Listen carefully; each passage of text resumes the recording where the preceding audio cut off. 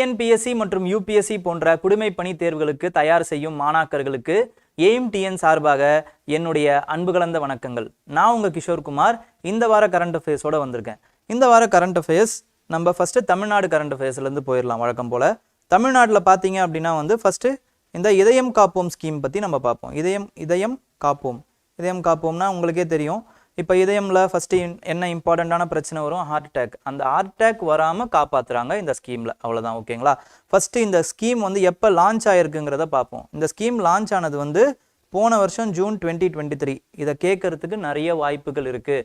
டிஎன்பிஎஸ்சியில் dates and years வச்சு கேட்பாங்க, ஓகேங்களா? ஒரு ஸ்கீம். அதுக்கப்புறம் எதுக்காக இந்த நியூஸ் வந்துச்சு அப்படின்னு பார்த்தீங்கன்னா, இந்த 6 மாதத்தில் மட்டும் 5000 பெனிஃபிஷியரிஸை அவங்க காப்பாற்றிருக்காங்க. இந்த ஸ்கீம் மூலமாக பயனடைஞ்சவங்க 5000 பேர், ஓகேங்களா? இதோடைய ஆப்ஜெக்டிவ் என்ன, இதோடைய செயல் திட்டம் என்ன அப்படின்னு பார்த்தீங்கன்னா, இதயம் காப்போம் திட்டம் மூலமாக அவங்க ஹார்ட் அட்டாக் வர்றதை தடுக்கிறாங்க. ஹார்ட் அட்டாக் வராமல் அவங்க என்ன பண்ணுறாங்கன்னா தடுக்கிறாங்க. எப்படி தடுக்கிறாங்க அப்படின்னு பார்த்தீங்கன்னா, பிரைமரி ஹெல்த் சென்டர்ஸ் அப்படின்னு சில சென்டர்ஸ் இருக்கும், ஆரம்பகால சுகாதார நிலையங்கள். அங்கே இப்போ ஹார்ட் அட்டாக் மாதிரி சில பேருக்கு அந்த அறிகுறிகள் இருந்தாலே அவங்க அங்கே போயிட்டு ஒரு சில முதலுதவிகள் எடுத்துக்கலாம்.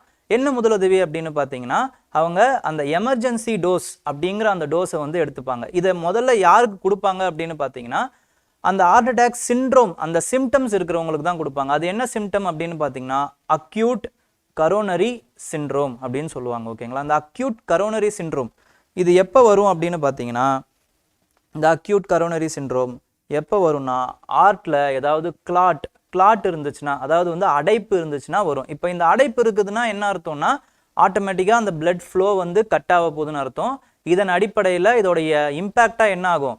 ஹார்ட் அட்டாக் வரும். இப்போ இந்த அடைப்பை எடுப்பாங்க. எப்படி எடுப்பாங்கன்னா, இந்த அவசர கால முதல் உதவி மூலமாக எடுப்பாங்க, ஓகேங்களா? இதுதான் அந்த ஸ்கீமுடைய திட்டம். இதுக்கு என்ன பண்ணுறாங்க, பிரைமரி ஹெல்த் சென்டர்ஸ்லேயே டெலிமெடிசன் மூலமாக கார்டியாலஜிஸ்ட்டை, அதாவது இருதய நிபுணரை தொடர்பு கொண்டு ஃபஸ்ட்டு அவங்களுடைய பர்மிஷன் கேட்டுப்பாங்க, அவங்களோட சஜஷன்ஸ் கேட்பாங்க. அதுக்கப்புறமா எக்கோ கார்டியோகிராம், அப்புறம் இசிஜி இதெல்லாமும் எடுப்பாங்க. எடுத்து அவங்களுக்கு இந்த அந்த எமர்ஜென்சி டோஸை போடலாமா வேணாமாங்கிறத முடிவு பண்ணுவாங்க, ஓகேங்களா?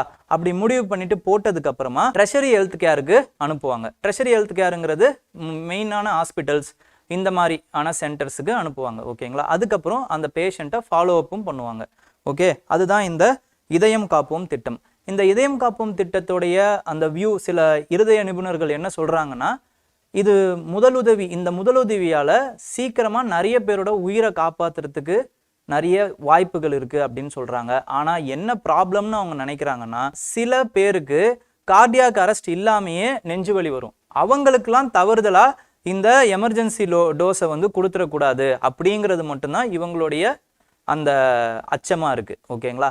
ஆனால் ஒரு இம்பார்ட்டண்ட்டான இன்சைட்ஸ் என்ன அப்படின்னு பார்த்தீங்கன்னா, director of public health preventive medicine அவங்க என்ன சொல்கிறாரு அப்படின்னு பார்த்தீங்கன்னா, இந்த ஸ்கீம்னால நிறைய கிராமப்புற ரிமோட் ஏரியாஸில் இருக்கிற பீப்புள்ஸுக்கு இந்த ஸ்கீம் போய் சேர்ந்துருக்கு.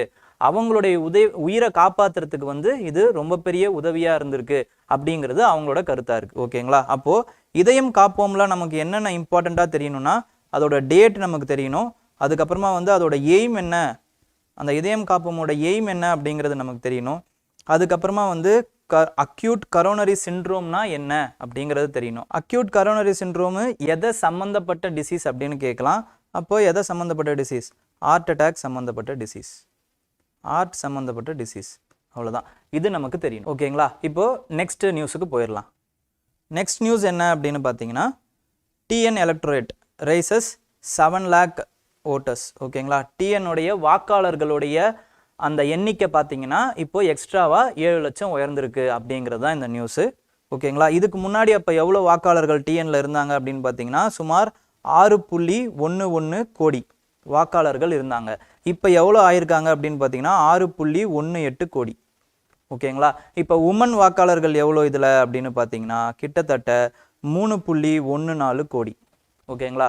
மென் வாக்காளர்கள் எவ்வளோ அப்படின்னு பார்த்தீங்கன்னா கிட்டத்தட்ட 3.03 கோடி, ஓகே? இது இல்லாமல் 3ஆம் பாலினத்தவரும் இருக்காங்க, டிரான்ஸ்ஜெண்டர்ஸ், ஓகேங்களா? தேர்ட் ஜெண்டர், அவங்க எவ்வளோ பேர் அப்படின்னு பார்த்தீங்கன்னா சுமார் 8200 பேர் அவங்க ரெஜிஸ்டர் பண்ணி இருக்காங்க, வாக்காளர் உரிமையும் வச்சுருக்காங்க. ஓகேங்களா? அப்போது இதில் ரொம்ப முக்கியமான விஷயம் என்னன்னு பார்த்தீங்கன்னா, உமன் வாக்காளர்கள் வந்து இஸ் மோர் தேன் மென். ஓகேங்களா? இது ரொம்ப ரொம்ப இம்பார்ட்டண்ட்டான விஷயம். ஓகே, நெக்ஸ்ட் ஹையஸ்ட் கான்ஸ்டிடியூவன்சி எங்கே அப்படின்னு கேட்கலாம். ஓகேங்களா? எங்கே அப்படின்னு பார்த்தீங்கன்னா சோழிங்கநல்லூர் அசம்பிளி கான்ஸ்டிடியூவன்சி தான் இருக்கிறதுலேயே ரொம்ப பெரிய கான்ஸ்டிடியூவன்சிஸ். நம்பர் ஆஃப் எலக்டார்ஸ் உடைய வாக்காளர்கள், அதிக வாக்காளர்களுடைய கான்ஸ்டிடியூவன்சி எது அப்படின்னா சோழிங்கநல்லூர் அசம்பிளி கான்ஸ்டிடியூவன்சி. இது எங்கே இருக்குது அப்படின்னு பார்த்தீங்கன்னா செங்கல்பட்டு டிஸ்ட்ரிக்டில் இருக்குது. தமிழ்நாட்டில் மொத்தம் எத்தனை டிஸ்ட்ரிக்ட் இருக்குன்னு கமெண்ட்டில் சொல்லுங்கள். ஓகேங்களா? அப்போது அடுத்து வந்து கீழ்வெள்ளூர்.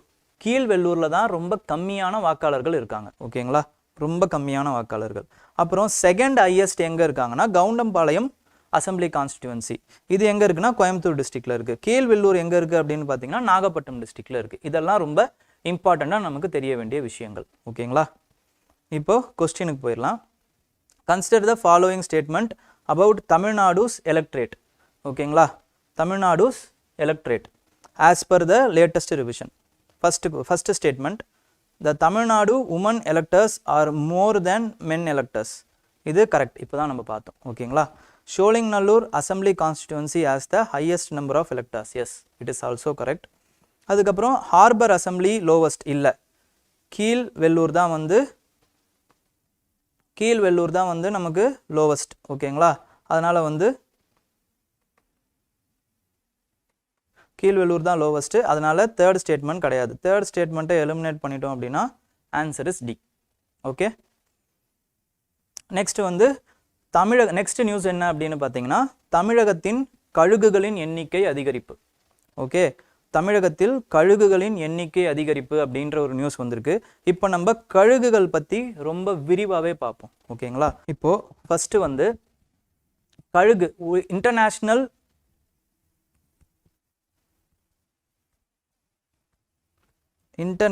Vulture day, vulture awareness day அப்படின்னு ஒரு டே வந்து நம்ம கொண்டாடுறோம். எப்போ தெரியுங்களா?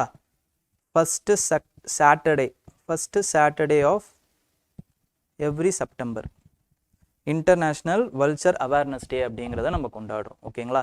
இதுக்கப்புறம் இந்தியாவில் மொத்தம் கழுகுகளோட எண்ணிக்கை எவ்வளோ அப்படின்னு பார்த்தீங்கன்னா 9 வகையான கழுகுகள் இருக்குது.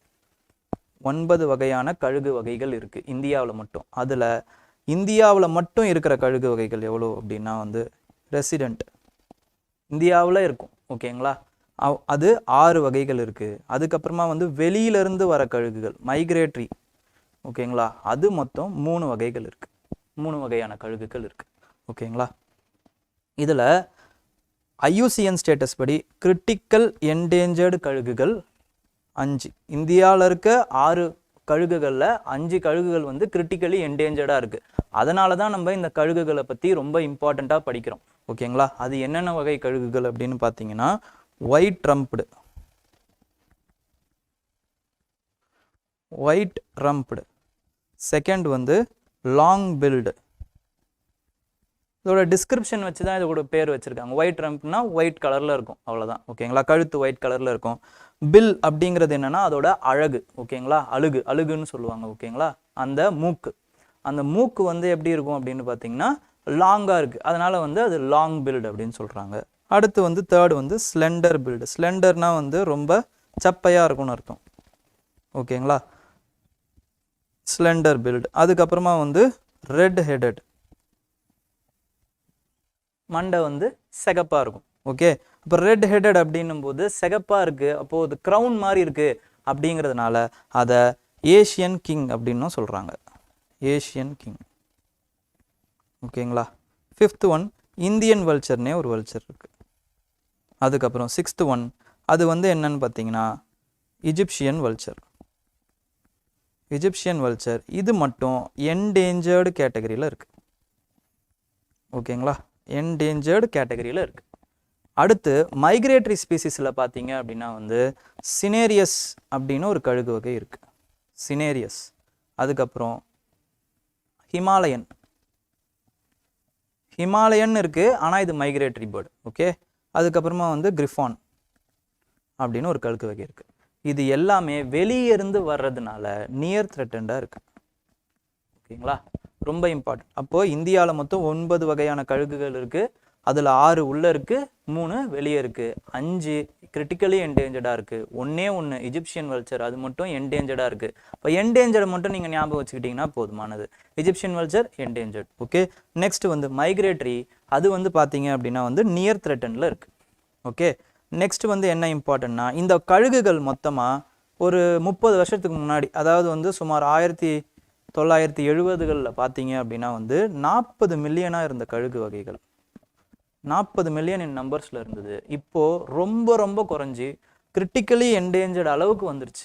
ஓகேங்களா, ஏன் வந்து அப்படின்னு பார்த்தீங்கன்னா இதுக்கு முக்கியமான காரணம் ஒரு வெட்டினரி ட்ரக், கேட்டில் ட்ரக். ஓகேங்களா, வெட்டினரி ட்ரக் கேட்டிலுக்கு அதை வந்து யூஸ் பண்ணுவாங்க. வெட்டினரி ட்ரக், அந்த ட்ரக்குக்கு பேர் என்ன அப்படின்னு பார்த்தீங்கன்னா டிக்ளோஃபெனாக். இந்த ட்ரக்குனால தான் வந்து என்னாச்சு அப்படின்னு பார்த்தீங்கன்னா அதுக்கு அதோடைய ஆயுசு குறைஞ்சிருச்சு, அதோடைய நம்பர்ஸ் வந்து குறைஞ்சிருச்சு. ஓகே, ஏன் குறையுதுன்னா இந்த இந்த இந்த ட்ரக்கை வந்து கேட்டில்ஸ்க்கு வந்து கொடுப்பாங்க. இந்த கேட்டில்ஸுக்கு ஒன்றும் ஆகாது. ஆனால் இந்த ட்ரக்கை இந்த வல்ச்சர்ஸ் வந்து சாப்பிடும்போது இந்த கேட்டில்ஸ் வந்து இறக்கும் இல்லைங்களா, அப்போ வந்து இந்த கேட்டில்ஸை வந்து கொத்தி சாப்பிடும்போது அந்த ட்ரக் வந்து இந்த வல்ச்சருக்கு போகுது. இதனால் அதுக்கு கிட்னி ஃபெயிலியர் ஆகுது. கிட்னி ஃபெயிலியர் சாப்பிட்ட 24 மணி நேரத்தில் அதுங்க எல்லாமே இறந்து போயிடுது. ஓகேங்களா, இதனால தான் இந்த வல்ச்சரோட எண்ணிக்கை குறைஞ்சிருச்சு. அதுக்கப்புறமா Indian ministry of environment, forest and climate change இவங்க 2020-25 national action plan for vulture conservation அப்படின்னு ஒரு பிளானை போட்டிருக்காங்க. ஓகேங்களா, வல்ச்சர் கன்சர்வேஷன் இந்த பிளானை போட்டிருக்காங்க. ஓகேங்களா, இது ரொம்ப இம்பார்ட்டண்ட்டான பிளான். இப்போ நம்ம நியூஸ் என்ன அப்படிங்கிறத பார்த்துருவோம். நியூஸ் என்னன்னா, தமிழகத்தில் கழுகுகள் எண்ணிக்கை அதிகரிப்பு.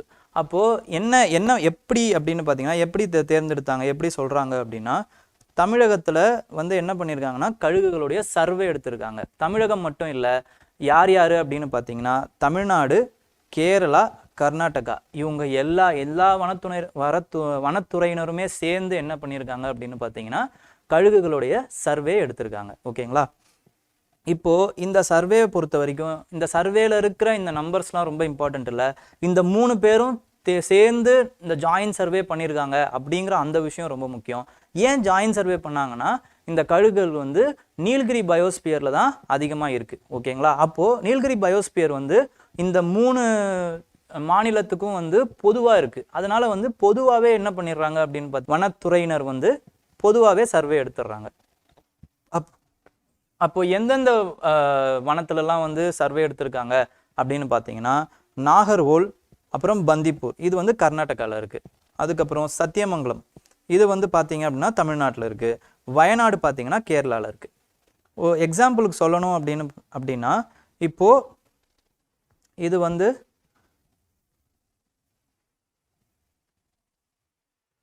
இப்போ பார்த்தீங்கன்னா இது வந்து தமிழ்நாடு, கேரளா, அப்புறம் வந்து கர்நாடகா. இங்கே பார்த்தீங்க அப்படின்னா வந்து நீலகிரி பயோஸ்பியர் இருக்குது. இந்த இடம் ஆரம்பிக்கிறீங்கன்னு வச்சுக்கோங்களேன், இதுதான் நாகர்ஹோல். நாகர்ஹோல்லேருந்து அப்படியே வந்து அட்ஜாயிண்ட்டாக வந்து பந்திப்பூர் இருக்கும். பந்திப்பூருக்கு கீழே இங்கே தமிழ்நாடு பகுதியில் முதுமலை இருக்கும். முதுமலைக்கு பக்கத்தில் தான் சத்தியமங்கலம் அந்த ஃபாரஸ்ட்டும் இருக்குது. இந்த சைடில் பார்த்தீங்கன்னா பந்திப்பூருக்கு இந்த சைடில் இந்த கேரளா சைடில் வயநாடு இருக்கும். ஓகே, அப்போ இது மொத்தமாக சேர்த்து அவங்க சர்வே எடுக்கிறாங்க. ஓகேங்களா, நெக்ஸ்ட் கொஸ்டின் போகலாம். கொஸ்டினில் பார்த்தீங்க அப்படின்னா vulture survey conducted in Tamil Nadu was done in coordination with which states? தமிழகத்தில் கழுகு கணக்கெடுப்பு எந்தெந்த மாநிலங்களுடன் ஒருங்கிணைந்து நடத்தப்பட்டது? ஆன்சர் வந்து கேரளா அண்ட் கர்நாடகா. ஓகேங்களா, நெக்ஸ்ட் வந்து which traditional practices has change to increase the food source of vultures? இப்போ என்ன பண்ணியிருக்காங்க அப்படின்னு பார்த்தீங்கன்னா இந்த நம்மளோட ட்ரெடிஷ்னல் ப்ராக்டிசஸ் இப்போ ஒரு கேட்டில் வந்து இறந்துருச்சுன்னு வச்சுக்கோங்களேன், அதை வந்து புதைக்கிறது தான். அப்போ புதைக்கும் போது என்ன ஆகும், ஆட்டோமேட்டிக்காக கழுகுகளுக்கு வந்து அதோட இறை இல்லாமல் போயிடும். அதனால என்ன பண்ணுறாங்க அப்படின்னா வந்து புதைக்காம அதை போஸ்ட்மார்ட்டம் பண்ணி அந்த கேட்டலுக்கு உள்ள வந்து டிக்ளோஃபெனாக் மருந்து இருக்கா இல்லையான்றதை செக் பண்ணி அந்த கூரா வெட்டி கழுகுகளுக்கு வந்து இரையா போட்டுடுறாங்க. ஓகேங்களா? அப்போது அதை தான் கேட்குறாங்க, which of the traditional practices have been change. இந்த ப்ராக்டிஸை வந்து சேஞ்ச் பண்ணியிருக்காங்க. அப்போது அதனால தான் வந்து கழுகுகளோட எண்ணிக்கை அதிகமாகிருக்கு அப்படிங்கிறதும் இந்த நியூஸ் ஆர்டிக்கலில் வந்தது. அப்போ பார்த்தீங்கன்னா யூஸ் ஆஃப் டிக்ளோஃபெனாக் இன் ஹியூமன்ஸாக கிடையாது, ஹியூமன்ஸ் கிடையாது, அது வந்து கேட்டில் ட்ரக். அப்போது இந்த ஆப்ஷன் வராது. Construction of artificial nesting sites கிடையாது. Burying of wildlife carcasses தான் கரெக்டான ஆன்சர். கராஸ்கஸ் அப்படிங்கிறது அந்த உடல், இறந்த உடல்னு அர்த்தம். ஓகேங்களா? அதுதான் வந்து கராஸ்கஸ். நெக்ஸ்ட் நியூஸுக்கு போயிடலாம். நெக்ஸ்ட் நியூஸ் வந்து பார்த்தீங்கன்னா இந்திய விடுதலை போரில் குடும்ப பெண்கள். இந்திய விடுதலை போரில் குடும்ப பெண்கள், இது வந்து ஒரு எடிட்டோரியல் மாதிரி வந்துச்சு. இந்த எடிட்டோரியல் நம்ம பார்ப்போம். ஃபஸ்ட்டு யார் அப்படின்னு பார்த்தீங்கன்னா கடலூர் அஞ்சலையம்மாள், இவங்களை பற்றி வந்தது. ஃபஸ்ட்டு இந்த ஆர்டிக்கல் எப்படி ஆரம்பிச்சது அப்படின்னு பார்த்தீங்கன்னா, இந்திய சுதந்திர போர் இல்லைனா வந்து எந்த ஒரு சுதந்திர போராக இருந்தாலுமே வந்து ஒரு ஆதிக்கத்துக்கு எதிரான ஒரு மனநிலையை தான் மக்கள் வந்து வெளிப்படுத்துகிறாங்க. அந்த மக்கள் அப்படி வெளிப்படுத்தும் போது பார்த்தீங்க அப்படின்னா ரொம்ப இம்பார்ட்டண்ட்டாக உலகத்தில் நிறைய போர்கள் நடந்துச்சு.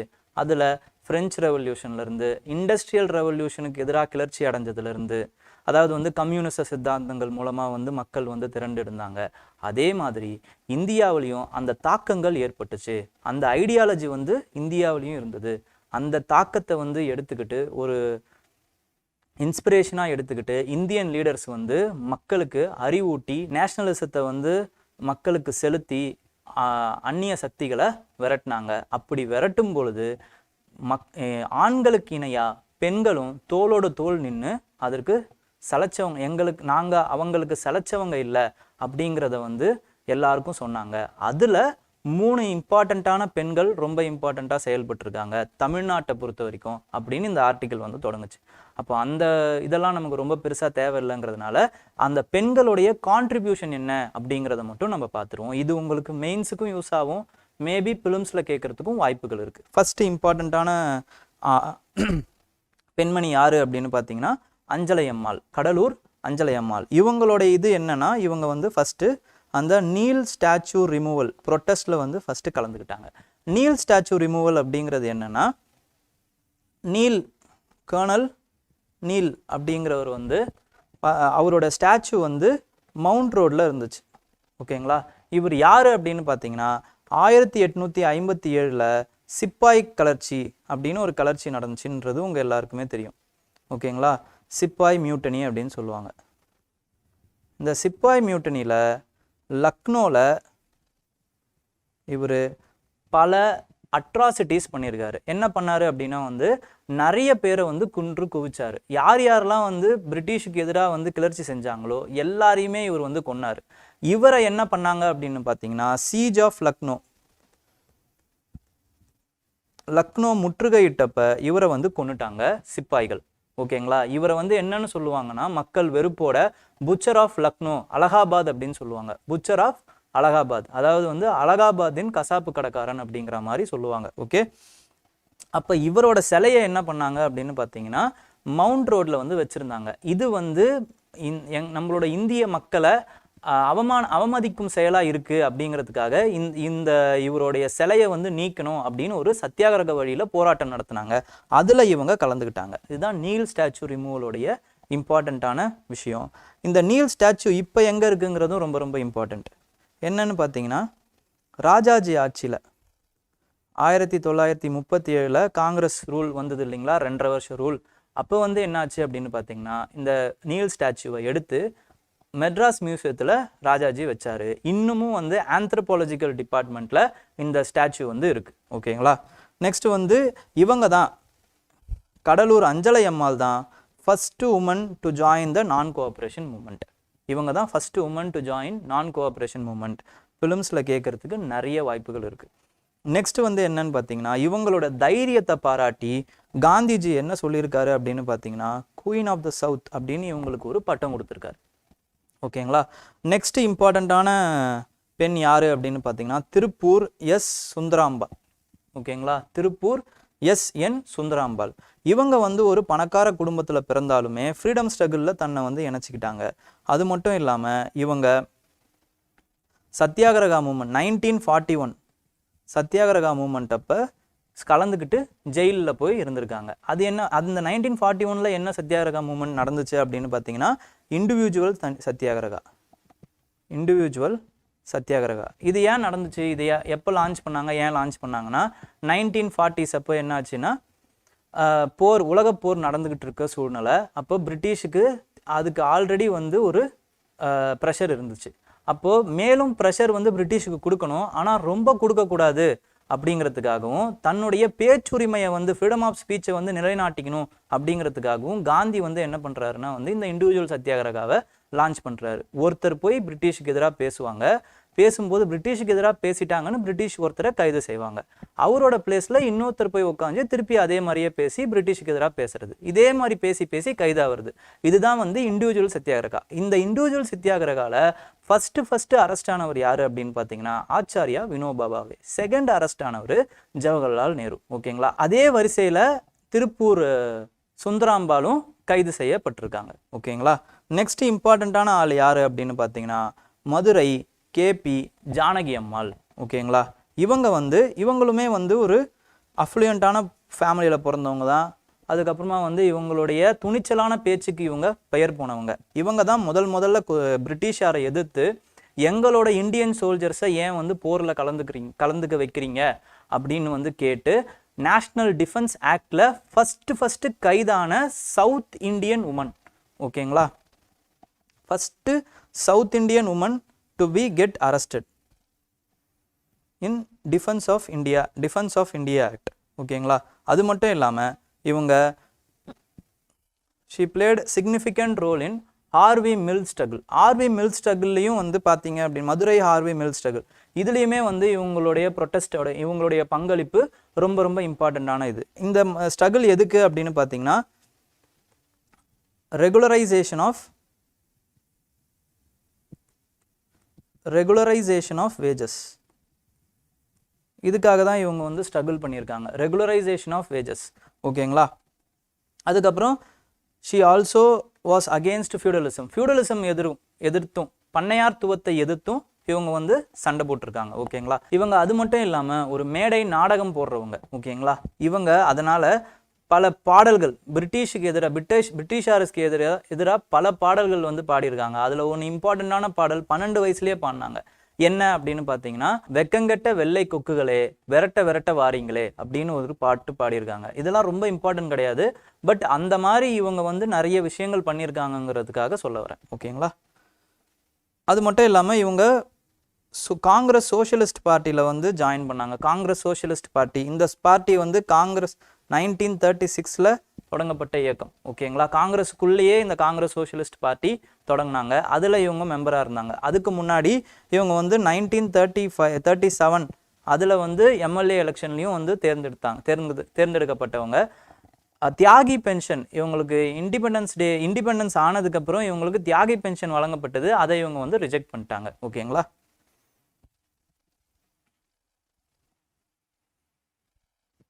நெக்ஸ்ட் நியூஸ் என்ன அப்படின்னு பார்த்தீங்கன்னா ஸ்டோன்ஸ் வித் 11th century கிரந்தம். 11th century இன்ஸ்கிரிப்ஷனில் கிரந்தம் இன்ஸ்கிரிப்ஷனும் 16th century இன்ஸ்கிரிப்ஷனில் தமிழ் இன்ஸ்கிரிப்ஷனும் இருக்கிற மாதிரி 2 ஸ்டோனை வந்து கண்டுபிடிச்சிருக்காங்க ஆர்கியாலஜிஸ்ட். ஓகேங்களா. அதுக்காக தான் இந்த நியூஸ் வந்தது. ஃபஸ்ட்டு வந்து எங்கே கண்டுபிடிச்சிருக்காங்க அப்படின்னு பார்த்தீங்கன்னா பழஞ்சேர் வழி வில்லேஜ். ஓகேங்களா. இது காங்கேயம் இடத்துல இருக்குது. காங்கேயம்ங்கிற அந்த ஊரில் இருக்குது. ஓகேங்களா. அந்த காங்கேயம் காளைகளும் ஃபேமஸ் தான். அப்போது பழஞ்சேர் வழி வில்லேஜில் இந்த 2 ஸ்டோன் இன்ஸ்கிரிப்ஷன்ஸை கண்டுபிடிச்சிருக்காங்க, கல்வெட்டுகளை கண்டுபிடிச்சிருக்காங்க. ஃபர்ஸ்ட் என்ன சொல்லியிருக்காங்க அப்படின்னு பார்த்தீங்கன்னா ரெண்டுமே வந்து டெம்பிளை பற்றி தான் பேசுது. ஒன்று 11th century, இன்னொன்று 16th century. 11th century temples 11th century inscription வந்து சிவா டெம்பிளை பற்றி பேசுது. 16th century இன்ஸ்கிரிப்ஷன் வந்து விஷ்ணு டெம்பிளை பற்றி பேசுது. ஓகேங்களா. இந்த 11th century கிரந்தம் இன்ஸ்கிரிப்ஷன் வந்து பார்த்தீங்கன்னா கிரந்தம் அப்படின்னாலே அது வடமொழி சொல் தான். தமிழில் வடமொழி சொல்லை வச்சு யூஸ் பண்ணியிருக்காங்க. இதில் நிறைய வார்த்தைகள் இருக்குது. ஹம், ஷம், லம் இந்த மாதிரியான வார்த்தைகள் இருக்குது. இது எதுக்கு பயன்படுத்தியிருக்காங்க அப்படின்னு பார்த்தீங்கன்னா ஏதோ டிசீஸை வந்து க்யூர் பண்ணுறதுக்கான ஒரு டேப்லெட்டாக இருந்திருக்கு இந்த இன்ஸ்கிரிப்ஷன்ஸ். அது மட்டும் இல்லாமல் இந்த இன்ஸ்கிரிப்ஷன்ஸில் நிறைய உருவங்கள், பிக்சர்ஸ் இருந்திருக்கு. என்னென்ன பிக்சர்ஸ் இருந்திருக்கு அப்படின்னு பார்த்தீங்கன்னா, விளக்கு, அதுக்கப்புறமா வந்து திருசூலம், அதுக்கப்புறமா வந்து க்ரௌஞ்சுங்கிறது சங்கு, அதுக்கப்புறமா வந்து மூன், ஓகேங்களா, சந்திரன். இந்த மாதிரியான சிம்பிள்ஸ்லாம் வந்து அந்த ஃபர்ஸ்ட் அந்த 11th century இன்ஸ்கிரிப்ஷனில் இருந்தது. செகண்ட் வந்து தமிழ் இன்ஸ்கிரிப்ஷனில் என்ன இருந்துச்சு அப்படின்னு பார்த்தீங்கன்னா, historical record about aspects of pottery பற்றின சில ஹிஸ்டாரிக்கல் ஆஸ்பெக்ட் இருந்துச்சு. அது மட்டும் இல்லாமல் அந்த இன்ஸ்கிரிப்ஷனில் ஒருத்தர் வந்து பாட்ரி பிஸ்னஸ் நல்லா போகுது அப்படிங்கிறதுக்காக ஒரு அணையா விளக்கை வந்து அந்த கோவிலுக்கு, விஷ்ணு கோவிலுக்கு வந்து பரிசா அளிச்சிருக்காரு, தானமா அளிச்சிருக்காரு. அதை வந்து இந்த இன்ஸ்கிரிப்ஷன் சொல்லுது, ஓகேங்களா. பட் அதெல்லாம் ரொம்ப இம்பார்ட்டன்ட் கிடையாது. என்ன இம்பார்ட்டன்ட்னா, இந்த 16th century 11th centuryலேருந்து 16th century இது வந்து மெடிவல் பீரியட் அப்படின்னு சொல்லுவாங்க. இதில் மக்களுடைய economic life and cultural life இது ரெண்டுத்தையுமே வந்து கலாச்சாரம் மற்றும் பொருளாதார வாழ்க்கையை வந்து நம்ம இந்த ஸ்டோன் மூலமாக வந்து தெரிஞ்சுக்கலாம் அப்படிங்கிறது தான் இதில் இம்பார்ட்டண்ட்டான விஷயம், ஓகேங்களா.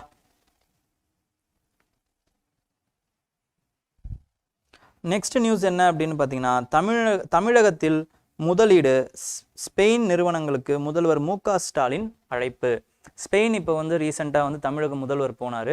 அதில் ஸ்பெயின் நிறுவனங்களுக்கு தமிழகத்தில் வந்து நீங்கள் தொழில் செய்யணும் அப்படின்ட்டு வந்து நம்முடைய தமிழக முதல்வர் மு.க. ஸ்டாலின் அவர்கள் அழைப்பு விடுத்திருந்தார், ஓகேங்களா.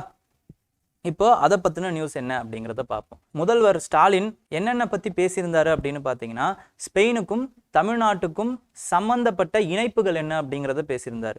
என்னென்ன இணைப்பு அப்படின்னு பார்த்தீங்கன்னா, மொழி, கலாச்சாரம், அப்புறம் தொழில்துறையில் இருக்கிற முன்னேற்றங்கள், இதை பற்றி பேசியிருந்தார். ஃபர்ஸ்ட் வந்து மொழிக்கு வருவோம். மொழி பற்றி என்ன பேசியிருந்தாரு அப்படின்னு பார்த்தீங்கன்னா, ஸ்பானிஷ் மொழி இருக்குது பார்த்தீங்களா, அது உலகிலேயே 2வது அதிகமாக பயன்படுத்தக்கூடிய, பேசக்கூடிய மொழியா, எழுதக்கூடிய மொழியா இருக்கு அப்படிங்கிறத சொல்லிட்டு, நம்மளுடைய தமிழ் மொழியும் பார்த்தீங்க அப்படின்னா, எங்களுடைய தமிழ் மொழியும் 5000 ஆண்டுகளுக்கு முன்னாடி இருந்த மூத்த மொழியா இருக்கு.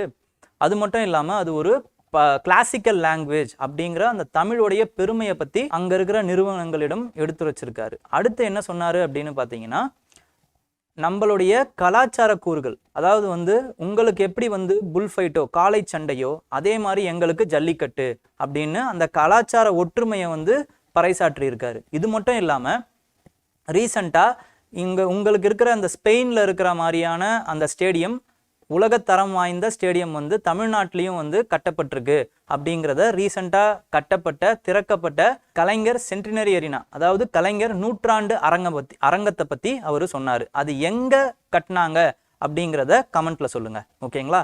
நெக்ஸ்ட் என்ன அப்படின்னு பார்த்தீங்கன்னா, with respect to economic investment, பொருளாதார வளர்ச்சி பற்றியும் பேசியிருக்காரு. பார்த்தீங்கன்னா, ஸ்பெயின் தான் யூரோப்பியன் ஒன்றியத்தில் 4வது மிகப்பெரிய பொருளாதாரம் அப்படிங்கிறத சொல்லியிருக்காரு. அது மட்டும் இல்லாமல் ஸ்பெயின் தான் தமிழகத்தோட 6வது மிகப்பெரிய வர்த்தக உறவு கொண்ட நாடாகவும் இருக்கு அப்படிங்கிறத சொல்லியிருக்காரு, ஓகேங்களா.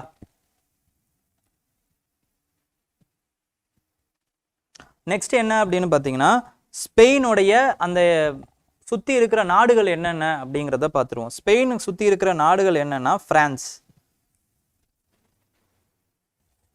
ஸ்பெயினை சுற்றி இருக்கிற நாடுகள் என்னன்னா, ஃபர்ஸ்ட் வந்து பிரான்ஸ், ஓகேங்களா. செகண்ட் வந்து போர்ச்சுகல், ஓகேங்களா. இந்த 2 நாடுகளும் ஸ்பெயினை சுற்றி இருக்கு. ஸ்பெயினோட கேபிட்டல் என்ன அப்படின்னு பார்த்தீங்கன்னா மேட்ரிட். பிரான்ஸோட கேபிட்டல் என்ன அப்படின்னா வந்து பாரிஸ்.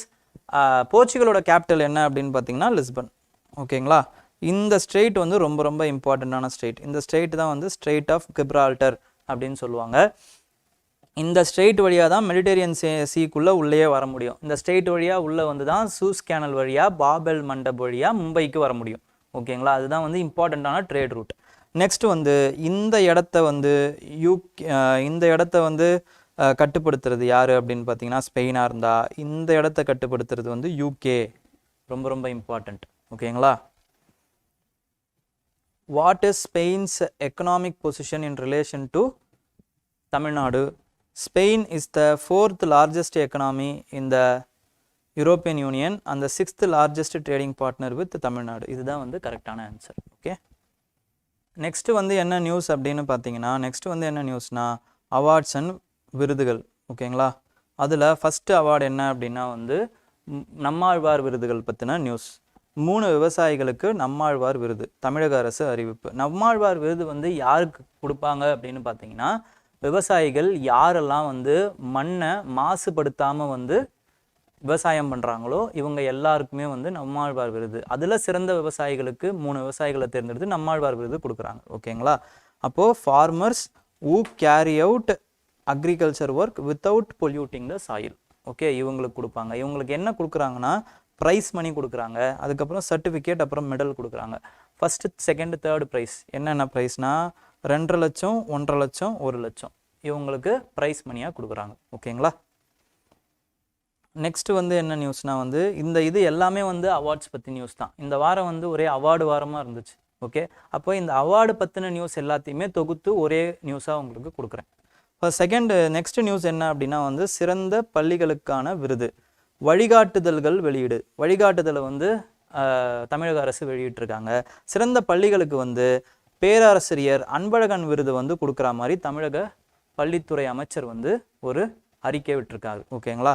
இதில் என்ன அப்படின்னு பார்த்தீங்கன்னா, அதுக்கான அந்த அவார்ட்ஸுக்கு எப்படி எந்த பேசிஸில் வந்து அவங்க ஷார்ட் லிஸ்ட் பண்ணுவாங்க அப்படிங்கிறதையும் அந்த அறிக்கையிலேயே சொல்லியிருக்காங்க. இதை வந்து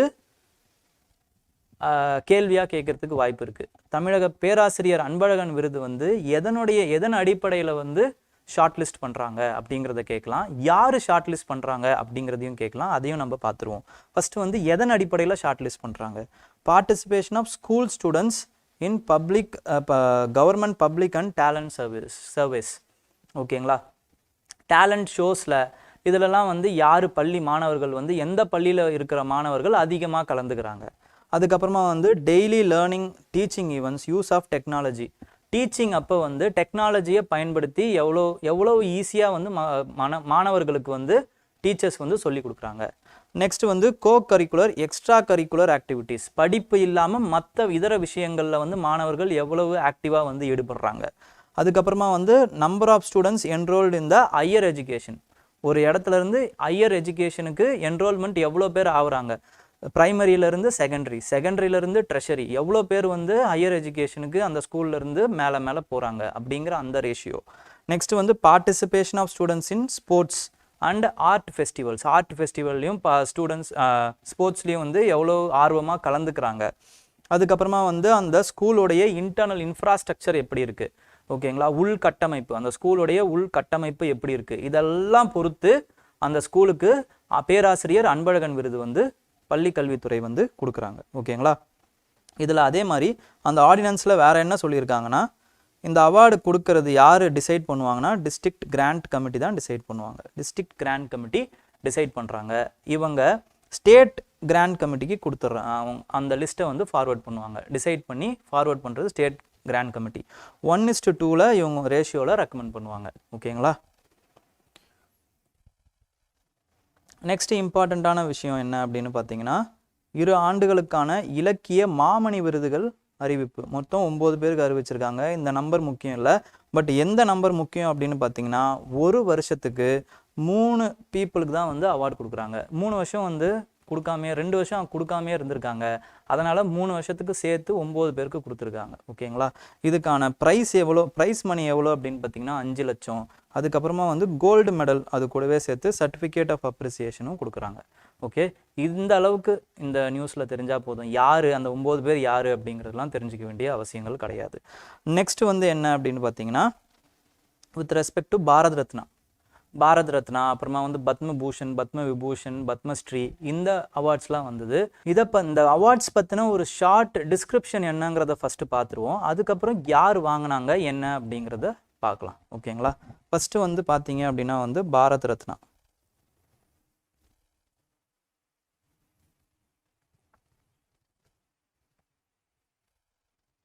ஃபஸ்ட்டு வந்து என்ன அப்படின்னு பார்த்தீங்கன்னா பாரத் ரத்னா. இந்த பாரத் ரத்னா தான் ஹையஸ்ட் சிவிலியன் அவார்டு.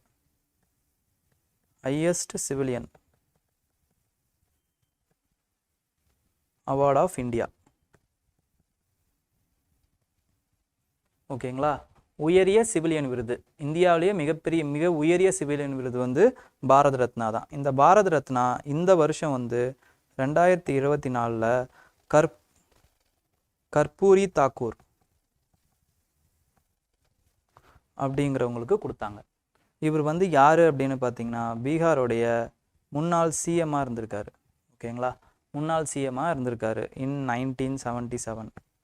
ஓகேங்களா, அந்த டைமில் பீகாரோடைய சிஎம்மாக இருந்திருக்காரு. இவருக்கு அந்த அவார்டை கொடுத்துருக்காங்க. ஃபஸ்ட்டு இந்த பாரத் ரத்னா பற்றி சில விவரங்களை பார்த்துருவோம். ஃபஸ்ட்டு 49 பேருக்கு இது வரைக்கும் கொடுத்துருக்காங்க.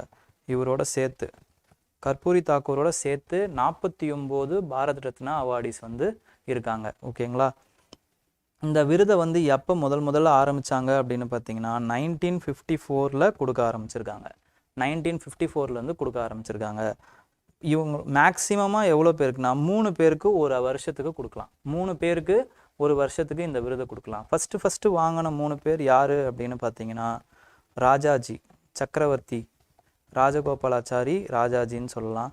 அதுக்கப்புறமா வந்து சிறுவப்பள்ளி ராதாகிருஷ்ணன், அதுக்கப்புறமா சர் சிவி ராமன். இவங்க 3 பேருமே வந்து பாரத ரத்னா ஃபஸ்ட்டு வாட்டி கொடுக்கும்போது வாங்கினவங்க. இதில் இன்னொரு சிறப்பம்சம் என்னென்னா இந்த 3 பேருமே தமிழ்நாட்டை சேர்ந்தவங்க.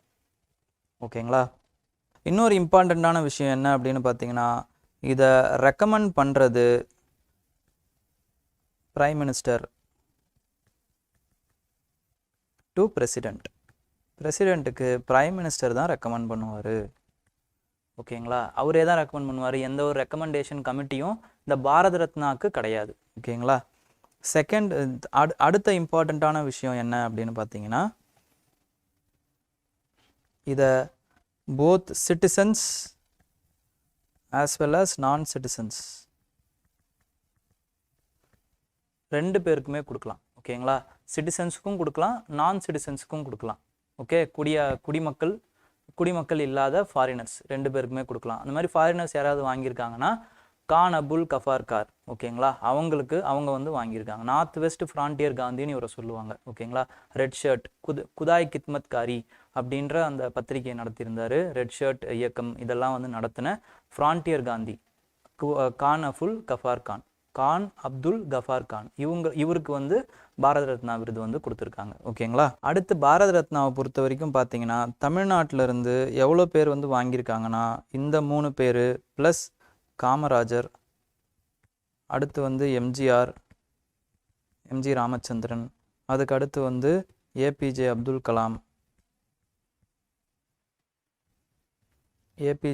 கலாம், அதுக்கப்புறம் சிதம்பரம் சுப்பிரமணியம்.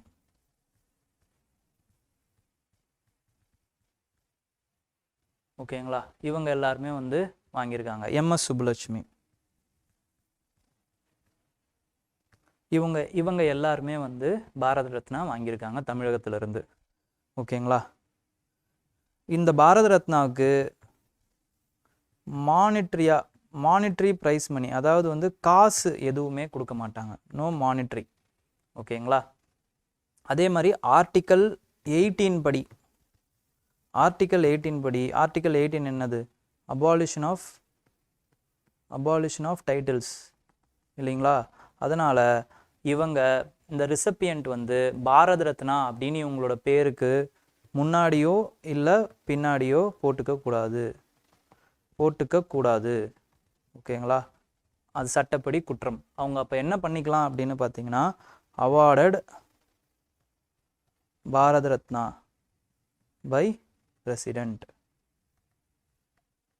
இல்லை recipient of Bharat Ratna by president அப்படின்னு அவங்களுக்கு கீழே போட்டுக்கலாம். பேருக்கு கீழே இந்த மாதிரி போட்டுக்கலாமே தவிர பாரத ரத்னா இவர் அப்படின்ற மாதிரி போட்டுக்க கூடாது. ஓகேங்களா, இது அபாலிஷன் ஆஃப் டைட்டில்ஸ் படி தப்பு. இப்போ கற்பூரி தாக்கூர் பற்றி கொஞ்சம் பார்த்துருவோம். கற்பூரி தாக்கூர் வந்து பார்த்தீங்க அப்படின்னா வந்து பீகாரோட சீஃப் மினிஸ்டராக இருந்தாருன்னு உங்களுக்கு ஆல்ரெடி நான் சொன்னேன். அதே மாதிரி இவர் வந்து ஃபஸ்ட்டு எம்எல்ஏவாக 1952 இருந்திருக்காரு. ஓகேங்களா, அதுலேருந்து இறக்குற வரைக்கும் எம்எல்ஏவாக தான் இருந்திருக்காரு. அதுலலாம் இவருக்கு வந்து இம்பார்ட்டன்ட் கிடையாது. இவர் வந்து எதில் இம்பார்ட்டன்ஸ் அப்படின்னு பார்த்தீங்கன்னா இவர் வந்து கற்பூரி தாக்கூர் ஃபார்முலா அப்படின்னு ஒரு ரிசர்வேஷனுக்கு ஒரு ஃபார்முலா கொடுத்துருக்காரு. 26% ரிசர்வ் பண்ணியிருக்காரு. எப்படி ரிசர்வ் பண்ணாருன்னா on the recommendations of Mungeri Lal commission. இவர் வந்து சீஃப் மினிஸ்டராக இருந்தப்ப ஒரு கமிஷன் வந்து போட்டார். அந்த ரெக்கமெண்டேஷன், அந்த கமிஷனோட அடிப்படையில் கற்பூரி தாக்கூர் ஃபார்முலா அப்படின்ற ஒரு ஃபார்முலாவை கிரியேட் பண்ணியிருக்காரு. இந்த ஃபார்முலா படி ஓபிசி மக்களுக்கு, பிற்படுத்தப்பட்ட மக்களுக்கு 12%, அதுலேயே வந்து ஏழைகள், எக்கனாமிக்கலி பேக்வேர்டு கிளாஸில் இருக்க ஓபிசிக்கு 8%, உமனுக்கு 3%, அப்பர் கேஸ்ட் புவர், இப்போ வந்து இடபிள்யூஎஸ்ன்னு சொல்கிறோம் இல்லைங்களா, அந்த மாதிரி அப்பர் கேஸ்ட் புவர் பீப்புள்ஸ்க்கு 3% வந்து இவர் வந்து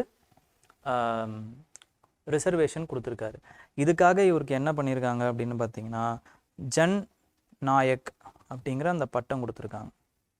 ஜன் நாயக், மக்களின் நாயகன் அர்த்தம். ஓகேங்களா. நெக்ஸ்ட் வந்து பத்மபூஷன், பத்ம விபூஷன், இந்த மாதிரியான விருதுகளும் வந்து வழங்கப்பட்டிருக்கு. இந்த விருதுகளை பற்றியும் சில விஷயங்களை பார்த்துருவோம். பத்மா அவார்ட்ஸ்.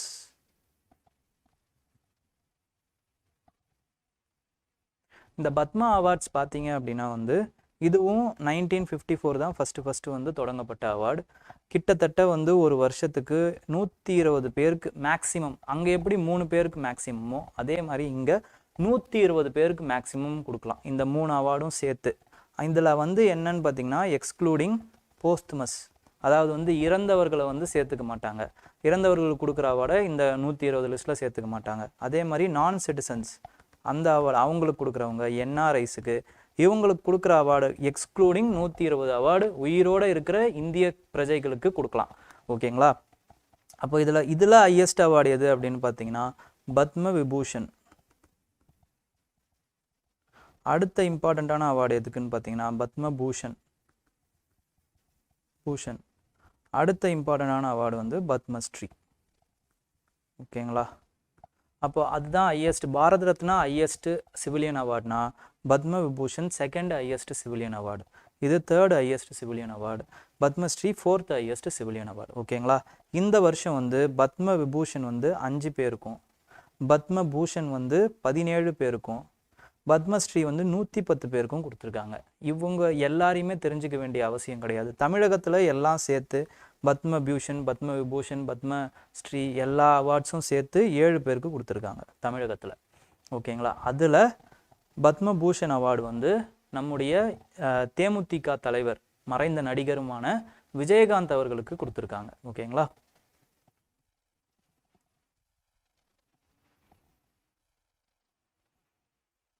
நெக்ஸ்ட் வந்து தேசிய நியூஸுக்கு போயிடலாம். National news. ஃபஸ்ட்டு நேஷ்னல் நியூஸில் என்ன இருக்குது அப்படின்னு பார்த்தீங்கன்னா உங்கள் எல்லாருக்குமே தெரியும், 75வது நாட்டின் 75வது குடியரசு தின விழா வந்து நம்ம ரீசெண்டாக வந்து ஜனவரி 26 கொண்டாடணும். ஓகேங்களா. கர்த்தவ்ய பாத், அதாவது வந்து கடமை பாதைன்னு அழைக்கிறாங்க. ஓகேங்களா. கடமை பாதை, அந்த கர்த்தவ்ய பாத்தில் அதை கொண்டாடினாங்க. ஓகேங்களா. சீஃப் கெஸ்ட்டாக யார் வந்தாங்க அப்படின்னு பார்த்தீங்கன்னா ஃப்ரெஞ்சோட பிரசிடென்ட் டாக்டர் இமானுவேல் மேக்ரோன், அவர் தான் வந்து சீஃப் கெஸ்ட்டாக கலந்துக்கிட்டாரு. அப்போது நீங்கள் என்ன பண்ணணும் அப்படின்னா வந்து ஃப்ரான்ஸ், இந்தியா, இந்த உறவுகளுடைய அந்த இம்பார்ட்டன்ஸ் என்ன அப்படிங்கிறத போய் செக் பண்ணணும் நெட்டில். அப்போது என்னென்ன மாதிரியான செக் பண்ணலாம் அப்படின்னு பார்த்தீங்கன்னா யூபிஎஸ்சி ஸ்டூடெண்ட்ஸ் ஃப்ரான்ஸ் இந்தியாவுக்கு எப்போ வந்து முதல்ல வந்து உறவு வந்து தொடங்குச்சு, அதுக்கப்புறமா வந்து ஹிஸ்டாரிக்கலாக எப்படி தொடங்குச்சு அப்படிங்கிறத பார்க்கலாம்.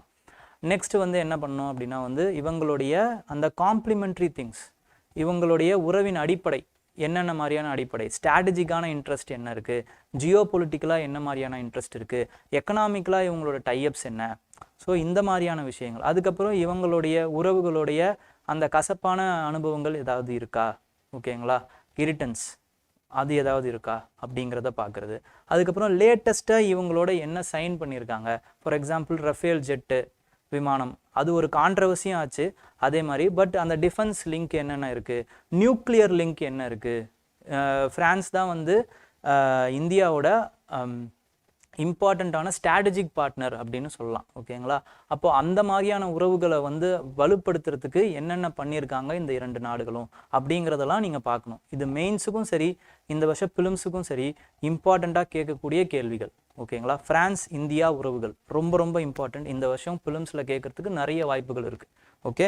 இப்போ வந்து பார்த்தீங்க அப்படின்னா வந்து தீம்ஸ் இந்த இந்திய ரிப்பப்ளிக் டே உடைய தீம்ஸ் என்னன்னா விக்ஷித் பாரத். விக்ஷித் பாரத் அப்படின்னா என்னன்னா டெவலப்டு பாரத் அப்படின்னு அர்த்தம். ஓகேங்களா, டெவலப்டு பாரத், விக்ஷித் பாரத் பை 2024. அதுதான் நம்ம இந்திய அரசாங்கத்துடைய எய்ம். டெவலப்டு கண்ட்ரியாக மாறிடணும், இந்தியா வந்து வளர்ந்த நாடாக வந்து 2047 வந்துடும். 47ன்னு எதுக்கு வச்சுருக்காங்கன்னா சுதந்திரம் வாங்கி 100 வருடங்கள் ஆக போகுது. ஓகேங்களா, 100 நாள் 100 வருடங்கள் ஆகும். ஓகேங்களா, 2047 வந்தால், அதனால் அப்படி வச்சுருக்காங்க. 100 வருஷத்தில் டெவலப்டு கண்ட்ரியாக மாறிடணுன்ட்டு. இன்னொரு தீம் என்னன்னு பார்த்தீங்கன்னா பாரத் லோக் தந்திரக்கி மாத்ருகா. அப்படின்னா என்னென்னா பாரதம் தான் உலக ஜனநாயகத்தின் தாய் அப்படிங்கிறது தான் அந்த தீமுடைய பொருள். ஓகேங்களா, பாரத் லோக் தந்திரக்கி மாத்ருகா, உலக ஜனநாயகத்தின் தாய். நெக்ஸ்ட் வந்து ஸ்பெஷல் ஃபீச்சர்ஸ் என்ன அப்படின்னு பார்த்தீங்கன்னா 100 உமன் ஆர்டிஸ்ட் வந்து இந்தியன் மியூசிக்கல் இன்ஸ்ட்ருமெண்ட்டோடைய வந்து ப்ளே பண்ணிகிட்டே வந்தாங்க. ஃபஸ்ட்டு ஸ்டார்ட் பண்ணாங்க. அது ஒரு இம்பார்ட்டண்ட்டான விஷயம். இதை வந்து கேள்வியாக கேட்கறதுக்கு ரொம்ப வாய்ப்பு இருக்குது. First ever all women tri service contingent. இதை எட் பண்ணது யாருன்னு பார்த்தீங்கன்னா கேப்டன் சந்தியா மஹாலா. ஓகேங்களா, இவங்க பேரை கேட்கறதுக்கு நிறைய வாய்ப்பு இருக்குது. ஓகே, நெக்ஸ்ட் வந்து உமன் பைலட்ஸ் வந்து ஃப்ளை பண்ணாங்க அவங்களுடைய ஃப்ளைட்டை. நெக்ஸ்ட் வந்து சிஏபிஎஃப் கண்டிஞ்சென்ட் வந்து ஒன்லி உமன் பர்சனல் ஒரு கண்டிஞ்சென்ட்டாக வந்து மார்ச் பண்ணாங்க. இதெல்லாம் வந்து ரிப்பப்ளிக் டேவோட ஹைலைட்ஸாக இருந்தது. செகண்ட் இம்பார்ட்டண்ட்டான ஹைலைட்ஸ் என்ன அப்படின்னு பார்த்தீங்கன்னா கல்ச்சுரல் மினிஸ்ட்ரி ரிப்பப்ளிக் டேவோடைய டேப்ளூவாக வந்து அவங்களுடைய B R Ambedkar handing over the constitution to the country's first president Rajendra Prasad. Rajendra Prasad அவர்களுக்கு பிஆர் அம்பேத்கர் வந்து கான்ஸ்டிடியூஷனை வந்து வழங்குற மாதிரி ஒரு டிசைன் வந்து பண்ணியிருந்தாங்க கல்ச்சுரல் மினிஸ்ட்ரி அவங்களோட டேப்ளூவில். இந்த டேப்ளூ தான் வந்து பார்த்தீங்க அப்படின்னா வந்து சென்ட்ரல் டிபார்ட்மெண்ட்டோடைய சிறந்த டேப்ளூவாக வந்து தேர்ந்தெடுக்கப்பட்ட டேப்ளூ. ஓகே, ரொம்ப இம்பார்ட்டண்ட். நெக்ஸ்ட் வந்து தமிழகத்தோடைய அந்த அலங்கார ஊர்தியுமே வந்து கலந்துக்குச்சு. ஓகேங்களா, தமிழக அலங்கார ஊர்தியில் என்ன வந்து அலங்காரம் பண்ணியிருந்தாங்க, எதன் அடிப்படையில் அலங்காரம் பண்ணியிருந்தாங்கன்னா சோழர் காலத்து குடை ஓலை முறையை வந்து அலங்காரத்தில் வச்சுருந்தாங்க. ஓகேங்களா, சோழர் காலத்து குடை ஓலை முறை. ஓகே, இப்போ இதை பற்றி தெரிஞ்சிக்க வேண்டிய இம்பார்ட்டன்ட் இருக்குது நமக்கு. சோழர் காலத்து குடை ஓலை முறையில் நம்மளுடைய தீம் என்ன அப்படின்னு பார்த்தீங்கன்னா Kudavolai system of ancient Tamil Nadu mother of democracy. இதுதான் வந்து நம்மளோட theme. Kudavolai system of ancient Tamil Nadu mother of democracy. ஓகேங்களா, அதுக்கப்புறம் இந்த குடை ஓலை சிஸ்டம் பற்றி நம்ம பின்னாடி ஃபுல்லாக பார்ப்போம். இந்த குடை ஓலை சிஸ்டம் வந்து எந்த டெம்பிளில் வந்து கல்வெட்டாக வடிச்சிருக்காங்க அப்படின்னு பார்த்தீங்கன்னா உத்திரமேரூர் டெம்பிளில் கல்வெட்டாக இருக்குது. ஓகேங்களா, Uthiramerur temple Vaikunta Perumal temple in Uthiramerur. Okay, இப்போ நம்ம உத்திரமேரூர் இன்ஸ்கிரிப்ஷனை பற்றி நம்ம பார்த்துருவோம்.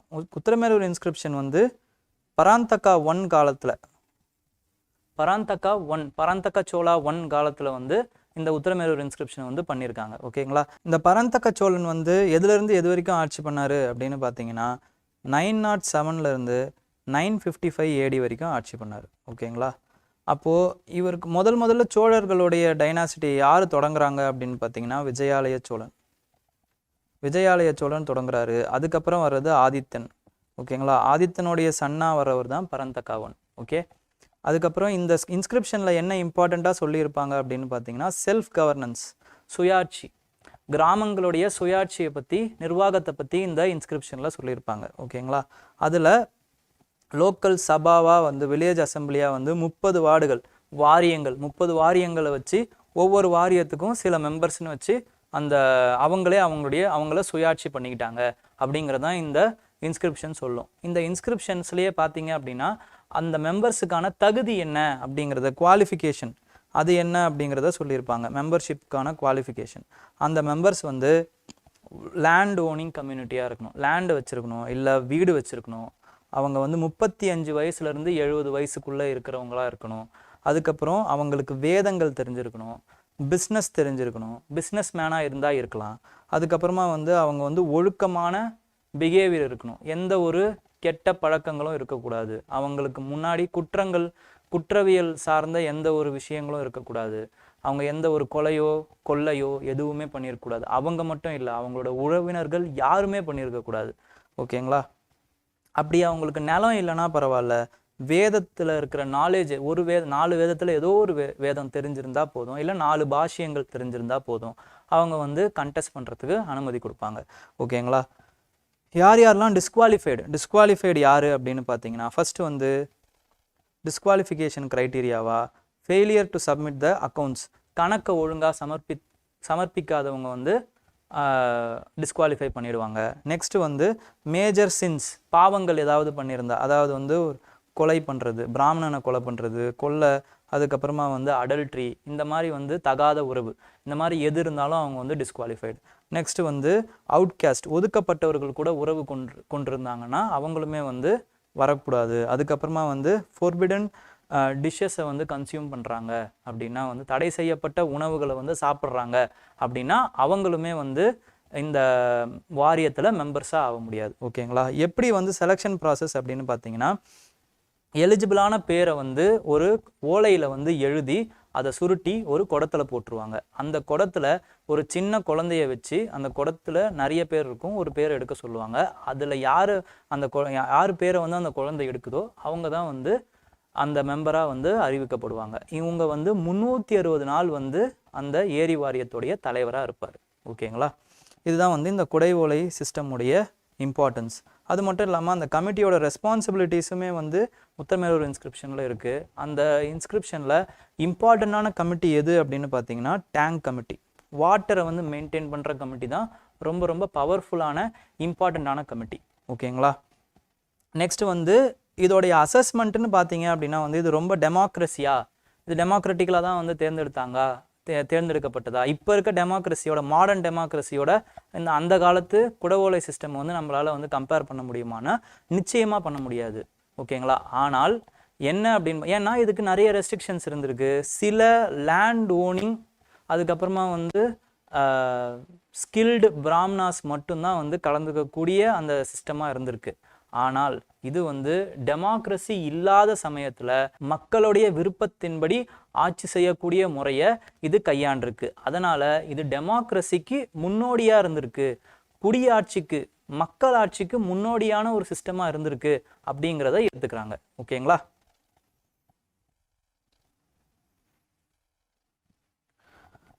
அப்போ நெக்ஸ்ட் வந்து why is the Kudavolai system is consider as a significance in the history of democracy. ஜனநாயக வரலாற்றில் குட ஓலை அமைப்பு முக்கியத்துவம் வாய்ந்ததாக கருதப்படுவது ஏன்? It was the first instance of democratic election.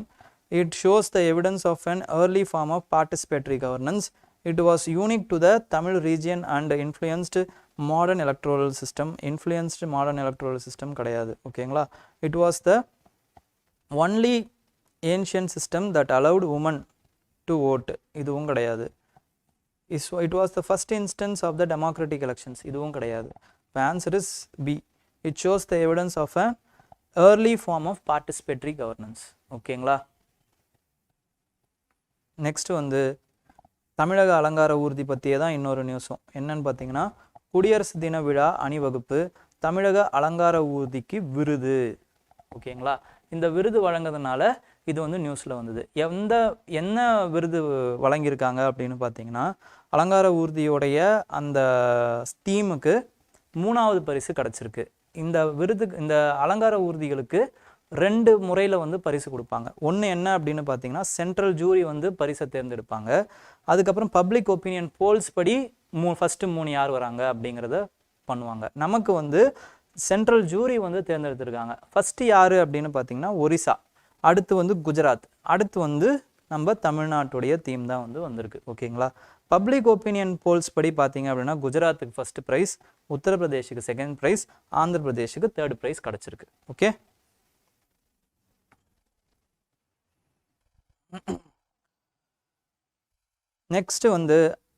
Next news என்ன அப்படின்னு பார்த்தீங்கன்னா, அயோத்தியாவுடைய கொரியன் கனெக்ஷன் என்ன அப்படிங்கிற மாதிரியான ஒரு நியூஸ். ஏன்னா இப்போ ரீசெண்டாக வந்து ராமர் கோயிலை வந்து பிரான் பிரசிஷ்டா செரமனி மூலமாக வந்து பிரதமர் நரேந்திர மோடி அவர்கள் திறந்து வைத்தார். ஓகேங்களா? அந்த செரமனிக்கு கொரியாவில் இருக்கிற இந்திய வம்சாவளிக்கு வந்து அழைப்பு விடுக்கப்பட்டது. அந்த வம்சாவளி யார் அப்படின்னு பார்த்தீங்கன்னா, இங்கேருந்து போன குயினுடைய வம்சாவளியினர். அந்த குயினோட பேர் என்ன அப்படின்னு பார்த்தீங்கன்னா queen Heo is also known as Suriratna. She was cherished in Ayodhya. அயோத்தியாவில் தான் இவங்க பிறந்தாங்க. ஓகேங்களா, இவங்க அயோத்தியாவில் பிறந்து இவங்க கொரியாவுக்கு வந்து கொரியாவில் இருக்கக்கூடிய ஒரு மன்னருக்கு வந்து மன்னரை வந்து கல்யாணம் பண்ணிக்கிறாங்க. அந்த மன்னர் பேர் என்ன அப்படின்னு பார்த்தீங்கன்னா சுரோ. இவர் தான் கரக் டைனாசிட்டி அப்படிங்கிற டைனாசிட்டியை 42வது ஏடியில் வந்து தொடங்குறாரு. ஓகேங்களா, ஸோ இந்த கனெக்ஷனுக்காக தான் என்ன பண்ணுறாங்கன்னா வந்து இந்த செரமனிக்கு அவங்களுடைய வம்சாவளியினருக்கும் அழைப்புதல் கொடுக்கப்பட்டது. 2001 பார்த்தீங்க அப்படின்னா இந்த கனெக்ஷனை வந்து மனசில் வச்சு அயோத்தியில் உத்தரப்பிரதேஷ் கவர்மெண்ட் என்ன பண்ணுதுன்னா கிமே சிட்டி கொரியாவில் இவங்களுக்கு இந்த குயினுக்கு வந்து குயின் ஹோ மெமோரியல் பார்க், ஓகேங்களா, நினைவு மண்டபம் வந்து எழுப்புறாங்க. ஓகேங்களா, நெக்ஸ்ட் வந்து இன்டர்நேஷ்னல் நியூஸ், சர்வதேச நியூஸ். ஃபஸ்ட்டு சர்வதேச நியூஸ் என்ன அப்படின்னு பார்த்தீங்கன்னா கிழக்கு கடல்சார் வழித்தடம், அதை பற்றின நியூஸ். ஓகேங்களா, கிழக்கு கடல்சார் வழித்தடம் அப்படிங்கிறது ஈஸ்டர்ன் கோஸ்டல் காரிடார் டெவலப்மெண்ட். எதுக்கும் அப்படின்னா வந்து சென்னை டு வால்டிவோஸ்க். சென்னை வந்து தமிழ்நாட்டில் இருக்குன்னு உங்களுக்கே தெரியும், நம்மளுடைய தலைநகரம்.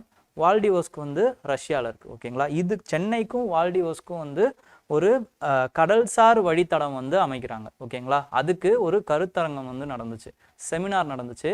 அதில் நம்மளுடைய இண்டஸ்ட்ரியல் மினிஸ்டரும் ரஷ்யாவுடைய இண்டஸ்ட்ரியல் மினிஸ்டரும் வந்து கலந்துக்கிட்டாங்க. ஓகேங்களா, அந்த இது முக்கியம் கிடையாது, பட் இந்த சென்னை வால்டிவோஸ்க் இந்த காரிடார் வந்து ரொம்ப ரொம்ப முக்கியம். ஓகேங்களா, இது கட்டுறதன் மூலமாக வந்து நமக்கு என்ன ஆகுது அப்படின்னு பார்த்தீங்கன்னா பயண தூரம், ட்ராவல் டைம் வந்து கிட்டத்தட்ட 40% குறையுது. 40 டேஸ்லேருந்து 24 டேஸாக குறையுது. அது மட்டும் இல்லாமல் டைம், ஃபியூவல், அதுக்கப்புறமா வந்து கார்கோ டிரான்ஸ்போர்ட்டேஷன் காஸ்ட் எல்லாமே கம்மியாகுது அப்படிங்கிறத சொல்கிறாங்க. ஓகேங்களா, இப்போ இதுதான் அந்த பயணம். பார்த்தீங்க அப்படின்னா இதுக்கு முன்னாடி மும்பையிலேருந்து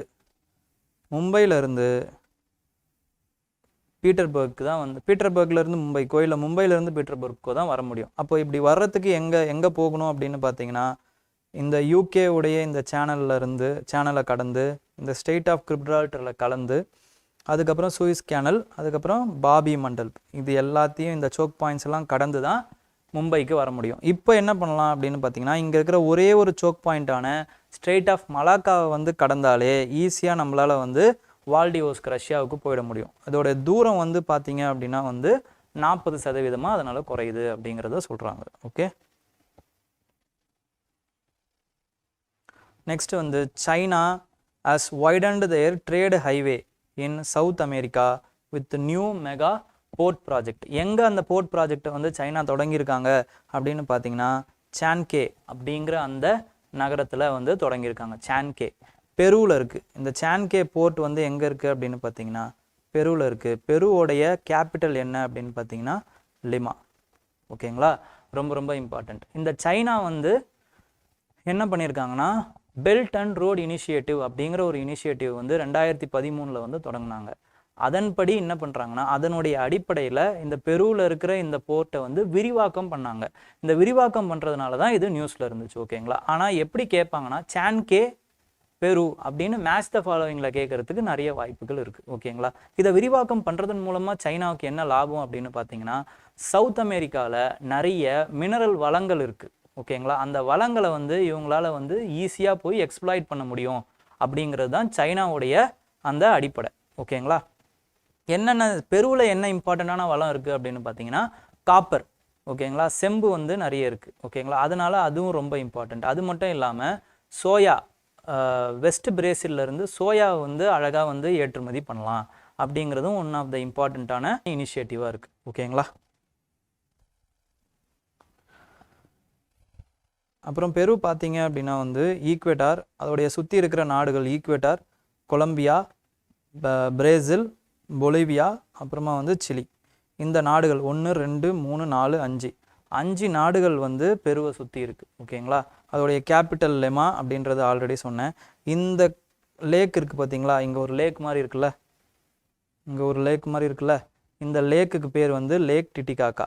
ஓகேங்களா, லேக் டிட்டிகாக்கா ரொம்ப இம்பார்ட்டண்ட்டான லேக்கு. இந்த லேக் தான் வந்து ஹையஸ்ட் நேவிகபிள் லேக் இன் சவுத் அமெரிக்கா. ஓகேங்களா, இந்த லேக் வந்து பெரு அண்ட் பொலிவியா, இந்த ரெண்டு இதுக்கும் நடுவில் இருக்குது. பெரு அண்ட் பொலிவியா ரொம்ப இம்பார்ட்டன்ட். இதையும் வந்து கேள்வியாக கேட்கறதுக்கு நிறைய வாய்ப்புகள் இருக்குது. ஓகேங்களா, அதுக்கப்புறம் இம்பார்ட்டண்ட்டான லாங்கஸ்ட் ரிவர் இன் பெரு வந்து என்ன அப்படின்னு பார்த்தீங்கன்னா உஷாயாலி ரிவர். உச்சாயாலி ரிவர். ஓகேங்களா, நெக்ஸ்ட் இம்பார்ட்டண்ட்டான நியூஸ் என்ன அப்படின்னா ஈரான் உள்நாட்டில் வடிவமைக்கப்பட்ட 3 செயற்கைக்கோள்களை வெற்றிகரமாக ஏவி சாதனை அப்படிங்கிற ஒரு நியூஸ் வந்திருக்கு. ஈரானில் பார்த்தீங்கன்னா டொமஸ்டிக்கலி உள்நாட்டிலேயே வந்து உற்பத்தியான செயற்கைக்கோளை வந்து ஏவி இருக்காங்க. அது எதில் ஏவி இருக்காங்க, எந்த ராக்கெட் அப்படின்னு பார்த்தீங்கன்னா சிமோக் ராக்கெட். இந்த ராக்கெட் பேர் வந்து கேட்கறதுக்கு நிறைய வாய்ப்புகள் இருக்குது. ஓகேங்களா, ஆனால் என்ன கவலை தரக்கூடிய விஷயம் அப்படின்னு பார்த்தீங்கன்னா ஈரான் உங்கள் எல்லாருக்குமே தெரியும், அவங்க வந்து நியூக்ளியர் வெப்பன் தயாரிக்கக்கூடிய முயற்சியில் இருக்காங்க. அப்படி இந்த மாதிரியான டெக்னாலஜி, ராக்கெட் ஏவுகணை டெக்னாலஜிலாம் அவங்கக்கிட்ட இருக்கும் பொழுது அவங்களால ஈஸியாக பெலஸ்டிக் மிசைல்ஸ், அதாவது வந்து கண்டம் விட்டு கண்டம் தாண்டும் ஏவுகணைகளை வந்து அவங்களால தயாரிக்க முடியும் அப்படின்ட்டு வந்து யூஎஸ் வந்து கவலை தெரிவிச்சிருக்காங்க. இது மட்டும் இல்லாமல் இப்போ ரீசெண்டாக நடந்த ஈவெண்ட்டும் உங்கள் எல்லாருக்குமே தெரியும். ஜனவரி 17 என்ன ஆச்சு, ஈரான் வந்து பாகிஸ்தானில் பலூச் பகுதியில் ஒரு ஏவுகணைகளை விட்டு ஈரான் அச்சுறுத்தக்கூடிய தீவிரவாதிகளை வந்து பிரிவினைவாதிகளை வந்து அடித்ததாக சொன்னாங்க. ஓகேங்களா, அந்த குரூப் யார் அப்படின்னு பார்த்தீங்கன்னா ஜெய்ஷ் அல் அதல். இந்த குரூப்பை வந்து அடித்ததாக சொன்னாங்க. 2 நாளில் வந்து பாகிஸ்தானுமே வந்து பாகிஸ்தானுடைய பிரிவினைவாதிகள் வந்து பலூச்சில், ஈரானில் இருக்கக்கூடிய பலூச் பகுதியில் இருக்காங்க, அவங்கள நாங்கள் அடிக்கிறோம் அப்படின்ட்டு ஏவுகணைகளை தாக்குனாங்க. இதனால் 3ஆம் உலகப் போர் சூழல் வந்து அங்கே வந்து கொஞ்ச நாளைக்கு இருந்துச்சு. அதுக்கப்புறம் பேச்சுவார்த்தை மூலமாக 2 கண்ட்ரிஸுமே வந்து தீர்வு கண்டுக்கிட்டாங்க. ஓகேங்களா, இப்போது நம்ம வந்து என்ன பண்ணுறோம் அப்படின்னா வந்து அந்த ஈரானுடைய அந்த மேப்பை பார்க்குறோம். இதுதான் ஈரான். இந்த பிங்க் கலரில் நம்ம ஹைலைட் பண்ணியிருக்கோம்ல, இந்த பகுதியில் தான் வந்து பலூச் இன மக்கள் வாழ்ந்துக்கிட்டு இருக்காங்க. ஓகேங்களா, அப்போ அவங்க எங்கெங்கெல்லாம் வாழ்கிறாங்க அப்படின்னா பாகிஸ்தான்லேயும் வாழ்கிறாங்க, ஆப்கானிஸ்தான்லேயும் கொஞ்சம் பேர் வாழ்கிறாங்க, அவங்க ஈரான்லேயும் கொஞ்சம் பேர் வாழ்கிறாங்க. இப்போ இவங்க என்ன கேட்குறாங்கன்னா தனி நாடு கேட்குறாங்க. இவங்களுடைய பிரிவின் அடிப்படையில், இவங்களுடைய இனக்குழுவின் அடிப்படையில் அவங்க பலூச்சிஸ்தான் அப்படிங்கிற அந்த நாடை வந்து கேட்குறாங்க. இப்போ கேட்கும்போது இவங்க 2 இடத்துலையுமே வந்து பிரிவினைவாதிகள் இருக்காங்க. இந்த பாகிஸ்தானில் இருக்கக்கூடிய பிரிவினைவாதிகள் பாகிஸ்தானை அடிச்சுட்டு ஈரானில் போய் தஞ்சம் புகுந்துக்கிறாங்க. இந்த ஈரானில் இருக்கக்கூடிய பிரிவினைவாதிகள் ஈரான் அடிச்சுட்டு பாகிஸ்தானில் போய் தஞ்சம் புகுந்துக்கிறாங்க. ஓகேங்களா, இதனால தான் என்ன ஆகுது அப்படின்னு பார்த்தீங்கன்னா 2 நாட்டுகளும் வந்து ஏவுகணைகளை விட்டு தாக்கிக்கிட்டாங்க. ஓகே, நெக்ஸ்ட் வந்து ஈரானின் மீன்பிடி படகு கடத்தல், பாதுகாப்பாக மீட்ட இந்திய கடற்படை. இந்தியாவுடைய படகான INS ஸ்மித்ரா அப்படிங்கிற அந்த படகை வச்சு, பேட்ரோல் படகு அது, ஓகேங்களா, ரோந்து பணியில் ஈடுபடக்கூடிய படகு, அதை வச்சு என்ன பண்ணியிருக்காங்க அப்படின்னு பார்த்தீங்கன்னா ஈரானுடைய படகை வந்து மீட்டிருக்காங்க. ஃபிஷிங் படகு, ஓகேங்களா, மீன்பிடி படகு வந்து மீட்டிருக்காங்க. யார்கிட்டேருந்து மீட்டாங்க அப்படின்னா சொமாலிய கடற்கொள்ளைகள்கிட்ட இருந்து மீட்டிருக்காங்க. ஓகேங்களா, ஸோ ரொம்ப இம்பார்ட்டண்ட். அந்த ஈரானியன் ஃபிஷ் போட் பேர் வந்து என்ன அப்படின்னா வந்து அல் நமீன். ஓகேங்களா, நமீமி. ஓகே, நெக்ஸ்ட் வந்து சொமாலியா எங்கே இருக்குன்னு பாருங்கள். ஆஃப்ரிக்காவில் இந்த இடத்துல தான் சொமாலியா இருக்குது. சொமாலியாவோட கேபிட்டல் என்ன அப்படின்னா மொகதிசு. அதுக்கப்புறமா வந்து தேஜ்பவுட்டியோட கேபிட்டல் தேஜ்பவுட்டி தான். எரித்ரியாவோட கேபிட்டல் வந்து அஸ்மாரா. அதுக்கப்புறம் எத்தியோப்பியாவுடைய கேபிட்டல் வந்து அடிஸ் அபாபா. இந்த 4 நாடுகளும் சொமாலியா, எத்தியோப்பியா, தேஜ்பவுட்டி, அப்புறம் எரித்ரியா, இந்த நாடுகளும் வந்து என்ன அப்படின்னு பார்த்தீங்கன்னா ஹார்ன் ஆஃப் ஆஃப்ரிக்கா அப்படின்னு சொல்லுவாங்க. ஹார்ன் ஆஃப் ஆஃப்ரிக்கா, ஆஃப்ரிக்காவின் கொம்பு அப்படின்னு அர்த்தம். ஓகேங்களா, இதை எப்படி ஞாபகம் வச்சுக்கலாம்னா சீடு அப்படின்னு ஞாபகம் வச்சுக்கலாம், விதை. ஓகேங்களா, சொமாலியா, எரித்ரியா, எத்தியோப்பியா, தேஜ்பவுட்டி, சீடு அப்படின்னு சொல்லுவாங்க. இப்போ நம்ம நெக்ஸ்ட் பார்க்க போகிறது என்ன அப்படின்னு பார்த்தீங்கன்னா பொருளாதாரம்ல தான் நம்ம பார்க்க போகிறோம். பொருளாதாரத்தில் ஃபஸ்ட்டு என்ன நியூஸ் அப்படின்னு பார்த்தீங்கன்னா காஃபி ஏற்றுமதி வந்து குறைஞ்சிருக்குங்க. காஃபி ஏற்றுமதி வந்து நமக்கு வந்து பார்த்தீங்க அப்படின்னா வந்து 5.4% வந்து நமக்கு வந்து காஃபி ஏற்றுமதி போன வருஷத்தோட 2022ஓட பார்த்தீங்க அப்படின்னா வந்து குறைஞ்சிருக்கு. நம்ம இந்தியாவில் பார்த்தீங்க அப்படின்னா வந்து காஃபி வந்து 2 டைப்பாக வந்து ஏற்றுமதி பண்ணுவாங்க. காஃபி என்னென்ன மாதிரியான ஏற்றுமதி அப்படின்னு பார்த்தீங்கன்னா, ஃபஸ்ட்டு வந்து ரொபஸ்டா, அதுக்கப்புறமா வந்து அரேபிகா அப்படின்னு சொல்லுவாங்க. Arabica, ரொபஸ்டா, arabica. எந்தெந்த கண்ட்ரீஸில் ஏற்றுமதி பண்ணுவாங்க அப்படின்னு பார்த்தீங்கன்னா, இட்டாலி, ரஷ்யா, யுஏஇ, ஜெர்மனி, அதுக்கப்புறமா வந்து டர்க்கி, இந்த கண்ட்ரீஸ்லாம் ஏற்றுமதி பண்ணுவாங்க. இந்த ரொபஸ்டாவுக்கும் அரேபிகாவுக்கும் என்ன வித்தியாசம் அப்படின்னு பார்த்தீங்கன்னா, ரொபஸ்டா ரொம்ப ஸ்ட்ராங் டேஸ்ட் கொடுக்கும், ஸ்ட்ராங் பிட்டர் டேஸ்ட் கொடுக்கும். அரேபிகா வந்து மைல்டு டேஸ்ட் கொடுக்கும். அதுக்கப்புறம் அரேபிகாவில் கெஃபைன் கண்டென்ட் வந்து கம்மியாக இருக்கும் when compared to ரொபஸ்டா. ஓகேங்களா, இதெல்லாம் தான் இது ரெண்டுத்துக்குமான டிஃப்ரென்ஸ். இந்தியா வந்து இந்த 2 வெரைட்டியுமே வந்து எக்ஸ்போர்ட் பண்ணுறாங்க. ஃபஸ்ட்டு விஷயம். செகண்ட் வந்து எங்கே காஃபி அதிகமாக வந்து விளைவிக்கிறாங்க அப்படின்னு பார்த்தீங்கன்னா, கர்நாடகாவில் தான் விளைவிக்கிறாங்க. ஓகேங்களா, ஃபஸ்ட்டு இன் இந்தியா. ஓகேங்களா, செகண்ட் வந்து கேரளாவில், தேர்ட் வந்து தமிழ்நாடு. ஓகேங்களா, மற்ற எல்லாத்துலேயுமே வந்து மைல்டாக தான் விளைவிக்கிறாங்க. ஓகேங்களா, ஆந்திர பிரதேஷ், ஒடிசா, அப்புறம் நார்த் ஈஸ்ட், இது எல்லாத்துலேயுமே வந்து கம்மியான கல்டிவேஷன் தான் காஃபி கல்டிவேஷன். மற்ற எந்த இடத்துலையுமே பார்த்தீங்க அப்படின்னா வந்து காஃபி கல்டிவேஷனே இல்லை. ஓகே, ரொம்ப ரொம்ப இம்பார்ட்டண்ட். அதே மாதிரி கர்நாடகாவில் கூட பார்த்தீங்க அப்படின்னா வந்து பாபா பூதன் ஹில்ஸில் தான் ஃபஸ்ட்டு காஃபி கல்டிவேஷன் பண்ணாங்க. ஓகேங்களா, நெக்ஸ்ட் என்ன நியூஸ் அப்படின்னு பார்த்தீங்கன்னா, நிகழாண்டில் ஒட்டுமொத்த நேரடி வரி அப்படிங்கிறது டைரக்ட் டேக்ஸ். ஓகேங்களா, நேரடி வரி வசூல் வந்து 18.2 லட்சம் கோடியாக வந்து இலக்கு வந்து நிர்ணயிச்சிருக்காங்க. யார் நிர்ணயிச்சிருக்கிறது அப்படின்னு பார்த்தீங்கன்னா, direct tax commissioner Sunil Mathur அவர்கள் நிர்ணயிச்சிருக்காரு. ஓகேங்களா, இதில் அவர் என்ன சொல்கிறாரு அப்படின்னு பார்த்தீங்கன்னா, 18.2 லட்சம் கோடி இலக்கு. அது மட்டும் இல்லாமல் நாட்டிலேயே டைரக்ட் டேக்ஸ் தான் வந்து 54% வரி வசூலில் வந்து 54% டைரக்ட் டேக்ஸ் தான் வந்து இருக்குது. அப்போ மிச்சம் இருக்கிற 46% தான் வந்து இன்டைரக்ட் டேக்ஸ். இன்டைரக்ட் டேக்ஸுங்கிறது ஜிஎஸ்டி எல்லாம் சேர்த்து. ஓகேங்களா, இதெல்லாம் சேர்த்து 46% இருக்குது. அப்போது டைரக்ட் டேக்ஸ் தான் இன்டைரக்ட் டேக்ஸை விட அதிகமாக இருக்குது அப்படிங்கிறது நமக்கு ரொம்ப ரொம்ப இம்பார்ட்டண்ட்டாக தெரியணும். ஓகேங்களா, நெக்ஸ்ட்டு வந்து தமிழ்நாடு வந்து பார்த்தீங்க அப்படின்னா வந்து தமிழ்நாடு, புதுச்சேரி இது ரெண்டும் சேர்ந்து 4th பிளேஸில் இருக்குது டைரக்ட் டேக்ஸ் கலெக்ஷனில். எவ்வளோ அப்படின்னு பார்த்தீங்கன்னா, கலெக்ஷன் டார்கெட்டு 1.17 lakh crore. ஓகேங்களா, அப்போ கொஸ்டின் இப்படி கேட்டாங்க அப்படின்னா வந்து what rank do Tamil Nadu, Puducherry hold in the country in terms of tax collection அப்படின்னு கேட்டாங்கன்னா 4th பிளேஸ். ஓகேங்களா, எத்திக்ஸ், நெறிமுறை. எதுக்கு இந்த எத்திக்ஸையும் சேர்த்துருக்கேன் அப்படின்னு பார்த்தீங்கன்னா, டக்குன்னு வந்து கரண்ட் அஃபேர்ஸ்லேருந்து ஸ்டாட்டிக் போர்ஷனாக மாறிடுச்சுன்னு நினைக்காதீங்க. பட் இந்த ஸ்டாட்டிக் போர்ஷனில் கூட நீங்கள் பார்த்தீங்கன்னா உங்களுக்கு கரண்ட் அஃபேர்ஸ்லேருந்து தான் எக்ஸாம்பிள் எடுத்து எழுதுகிற மாதிரி இருக்கும். இல்லைனா ஒரு விஷயத்தை எப்படி எத்திக்கலாக அணுகிறது அப்படிங்கிறதெல்லாம் நம்ம தெரிஞ்சுக்கிறது வந்து ரொம்ப ரொம்ப இம்பார்ட்டண்ட். ஓகேங்களா, எதுக்கு நீங்கள் எத்திக்ஸ் படிக்கிறீங்க அப்படின்னா, அன்றாட நடப்பு நிகழ்வுகளை எப்படி நம்ம எத்திக்கலாக கண்ணோட்டத்தில் பார்க்கணும், எப்படி நம்ம அதிலேருந்து கற்றுக்கணும், அதிலேருந்து எப்படி வந்து நம்ம இன்கார்பரேட் பண்ணணும். அதாவது நல்ல விஷயம்னா அதுலேருந்து எப்படி இன்கார்பரேட் பண்ணணும், கெட்ட விஷயம்னா அதுலேருந்து எப்படி கற்றுக்கிட்டு அதை பண்ணாமல் தடுக்கணும். இது எல்லாத்தையும் கற்றுக்கிறதுக்கு தான் நம்ம வந்து எத்திக்ஸ் பார்க்குறோம். ஓகேங்களா, ஸோ அதனால் கரண்ட் அஃபேர்ஸில் எத்திக்ஸை எப்படி நம்ம புகுத்தலாம் அப்படிங்கிறத பார்ப்போம். அதுக்கு முன்னாடி சில பேசிக்ஸ் வந்து சொல்லிக் கொடுக்கலாம் அப்படின்னு நினைக்கிறேன். ஏன் வந்து இப்போ கரண்ட் அஃபேர்ஸையும் சேர்க்குறேன் அப்படின்னா, டிஎன்பிசிலையும் இப்போ குரூப் 1ல் எத்திக்ஸை சேர்த்துடுறாங்க. ஓகேங்களா, அதனால தான் அதையும் எப்படி பார்க்கலாம் அப்படிங்கிறத ஒரு ஓவரால் வியூ மாதிரி நம்ம கொடுக்க போகிறோம். ஃபஸ்ட்டு வந்து எத்திக்ஸில் என்ன அப்படின்னு பார்த்தீங்கன்னா, நார்மேட்டிவ் எத்திக்ஸ் அப்படின்னு சொல்லுவாங்க. ஓகேங்களா, நார்மேட்டிவ் எத்திக்ஸ். ஓகே, எப்படி இருக்கணும் அப்படிங்கிற அதை சொல்கிறது தான் வந்து என்னன்னு பார்த்தீங்கன்னா நார்மேட்டிவ் எத்திக்ஸ். நம்ம வாழ்க்கை எப்படி இருக்கணும் அப்படிங்கிற சொல்கிறது நார்மேட்டிவ் எத்திக்ஸ். டிஸ்கிரிப்டிவ் எத்திக்ஸ் அப்படின்னு சொல்லுவாங்க. டிஸ்கிரிப்டிவ் அப்படிங்கிறது நம்ம வாழ்க்கை எப்படி இருக்குது அப்படிங்கிறத சொல்கிறது தான் டிஸ்கிரிப்டிவ் ஆர் அப்ளைடு எத்திக்ஸ் அப்படின்னு சொல்லுவாங்க. ஓகேங்களா, அப்ளைடு எத்திக்ஸ். ஓகே, இந்த நார்மேட்டிவ் எத்திக்ஸ்குள்ளே தான் நிறைய வகைகள் இருக்குது. என்னென்ன வகைகள்னால் கான்சிக்வன்சியலிசம், அப்புறமா வந்து டியான்டாலஜி. பேரை பார்த்து பயப்படாதீங்க, ஒன்றுமே இல்லை, எளிமையாக சொல்கிறேன். ஓகேங்களா, நெக்ஸ்ட்டு வந்து வர்ச்சு எத்திக்ஸ். ஓகேங்களா, இந்த மாதிரியான டைப்ஸ்லாம் வந்து நார்மேட்டிவ் எத்திக்ஸில் தான் இருக்குது.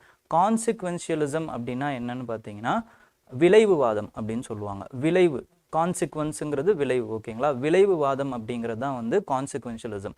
அப்போ இவங்கள மாதிரி ஆளுங்க என்ன நினைப்பாங்க அப்படின்னு பார்த்தீங்கன்னா, ஃபஸ்ட்டு விஷயம், போகிற பாதை எப்படி ஒன்றாலும் இருக்கலாம், ஆனால் போய் சேர்ற இடம் நம்ம இலக்கை வந்து எப்படி ஒன்றாலும் போய் சேரலாம் அப்படிங்கிறது தான். ஓகேங்களா, எந்த பாதையை பயன்படுத்தினாலும் எந்த பாதையை பயன்படுத்தியாவது நம்ம வந்து நம்மளுடைய இலக்கை அடைஞ்சிடணும். அதுதான் வந்து அந்த கான்சிக்வன்ஸ்.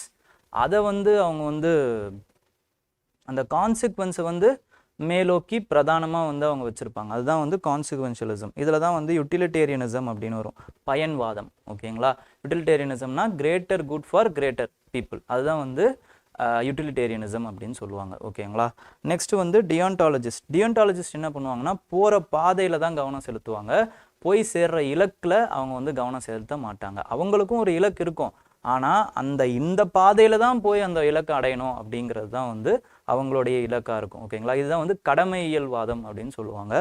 நெக்ஸ்ட் வந்து வெர்ச்சுவ் எத்திக்ஸ். வெர்ச்சுவ் எத்திக்ஸ் அப்படிங்கிறது என்ன அப்படின்னு பார்த்தீங்கன்னா, நன்னெறிவாதம். ஓகேங்களா, இதுதான் வந்து வெர்ச்சுவ் எத்திக்ஸ். ஓகேங்களா, இப்போ வந்து பார்த்தீங்கன்னா வந்து இப்போது கான்சிக்வென்ஷியலிசமுக்கு நான் ஒரு எக்ஸாம்பிள் சொல்கிறேன், அது இப்போ சொன்னேன்னா உங்களுக்கு புரிஞ்சிடும். இப்போது பகத்சிங் இருக்கார், பகத்சிங்குடைய வழி என்ன அப்படின்னு பார்த்தீங்கன்னா ஒரு வைலண்ட்டான மெத்தட் தான். ஓகேங்களா, அவர் வந்து தீவிரவாத அடிப்படையில் தான் வந்து அவர் கொள்கையை வச்சுருந்தார். ஆனால் அவருடைய போய் சேர்ந்த இடம் என்ன அப்படின்னு பார்த்தீங்கன்னா, அவருடைய இலக்கு, கடைசி இலக்கு என்ன அப்படின்னு பார்த்தீங்கன்னா, நாட்டுடைய விடுதலை, தேசத்துடைய வளர்ச்சி, இதுதான் அவருடைய இலக்காக இருந்துச்சு. ஆனால் அவர் போன பாதை வந்து ஒரு மெஜாரிட்டியால் ஏற்றுக்கொள்ளக்கூடிய முடியாத ஒரு பாதையாக இருந்துச்சு. ஓகேங்களா, இதுதான் கான்சிக்வென்ஷியலிசம் அப்படின்னு சொல்லுவாங்க. போகிற பாதையில் அவங்க வந்து கவனம் செலுத்த மாட்டாங்க, போய் சேர்ற இலக்கு தான் அவங்களுக்கு முக்கியம். இல்லை இப்படியும் சொல்லலாம், சுபாஷ் சந்திர போஸையும் இந்த கான்சிக்வென்ஷியலிசமில் ஒரு எக்ஸாம்பிளாக சொல்லலாம். டியன்டாலஜிஸ்டில் யாரை வந்து சொல்லலாம் அப்படின்னு பார்த்தீங்கன்னா, காந்திஜியை சொல்லலாம். ஓகேங்களா, காந்திஜியை பொறுத்த வரைக்கும் போய் சேர்ற இடம் வந்து அவரோட இலக்கும் இண்டிபெண்டன்ஸ் தான். ஆனால் இண்டிபெண்டன்ஸ்க்காக அவர் என்ன வேணாலும் பண்ணலான்னு நினைக்கல. அவர் வந்து நான் வயலன்ஸ், அகிம்சை முறையில் சத்தியாகிரகம் பண்ணி தான் நான் வந்து இந்த இண்டிபெண்டன்ஸை வந்து அடையணும்னு நினச்சாரு. அப்போது இதுதான் வந்து என்னென்னு பார்த்தீங்கன்னா கடமையியல்வாதம் அப்படின்னு சொல்லுவாங்க. ஓகேங்களா, வெர்ச்சுவ் எத்திக்ஸை பார்த்தீங்க அப்படின்னா வந்து ஃபஸ்ட்டு வெர்ச்சுவ் எத்திக்ஸை வந்து சொன்னவங்க யார் அப்படின்னு பார்த்தீங்கன்னா, 3000 வருஷத்துக்கு முன்னாடி கிரேக்க நாட்டில் இருக்கிற அறிஞர்களான சாக்ரட்டிஸ், பிளாட்டோ, அரிஸ்டாட்டில் இவங்கெல்லாம் சொல்லியிருப்பாங்க. இவங்க தான் வந்து இந்த வெர்ச்சுவ் எத்திக்ஸ், அதாவது வந்து உண்மையாக இருக்கணும் அப்படிங்கிறத சொல்கிறாங்க. உண்மையை வந்து கடைபிடிக்கணும், உண்மையாக இருக்கணும், நேர்மையாக இருக்கணும், இதுதான் அவங்களுடைய வெர்ச்சுவ் எத்திக்ஸ். அவங்க வந்து என்ன சொல்லியிருப்பாங்கன்னா வந்து கோல்டன் மீன் அப்படிங்கிற அந்த விஷயத்த சொல்லியிருப்பாங்க. ஓகேங்களா, ஸோ இந்த ஒரு ஓவரால் ஐடியா கிடச்சதுக்கப்புறம் இப்போ நம்மளுடைய எக்ஸாம்பிள்ஸுக்கு போகலாம். இந்த ஒவ்வொரு விஷயத்தையும் எப்படி வந்து இந்த தியரி படியும் அணுகணும், அதே மாதிரி வந்து நம்ம போர்ஷனில் இருக்கிற மாதிரியும் எப்படி அணுகலாம் அப்படிங்கிறத நம்ம பார்ப்போம். ஃபஸ்ட்டு வந்து என்ன அப்படின்னு பார்த்தீங்கன்னா, ரஷ்ய போருக்கு ஆயுத கொள்முதல், உக்ரைனில் $40 மில்லியன் வந்து ஊழல் அப்படிங்கிறது தான் ஃபஸ்ட்டு தகவல். இதில் பார்த்தீங்க அப்படின்னா வந்து உக்ரைனுடைய உக்ரைனில் இருக்க அஃபீஷியல்ஸ் வெப்பன்ஸ் வாங்குறதுல ஊழல் பண்ணியிருக்காங்க, கரப்ஷன் பண்ணியிருக்காங்க. ஓகேங்களா, இதில் என்ன சொல்லலாம் அப்படின்னு பார்த்தீங்கன்னா, நம்மளுடைய கவர்னன்ஸ் இருக்குது இல்லைங்களா, கவர்னன்ஸில் ஆளுகை அப்படின்னு சொல்லுவாங்க. இந்த ஆளுகையில் வந்து பார்த்தீங்க அப்படின்னா வந்து நேர்மையற்ற தனம் இருக்குது அப்படிங்கிறத சொல்கிறாங்க. அப்போது நேர்மையான ஆளுகை வேணும்.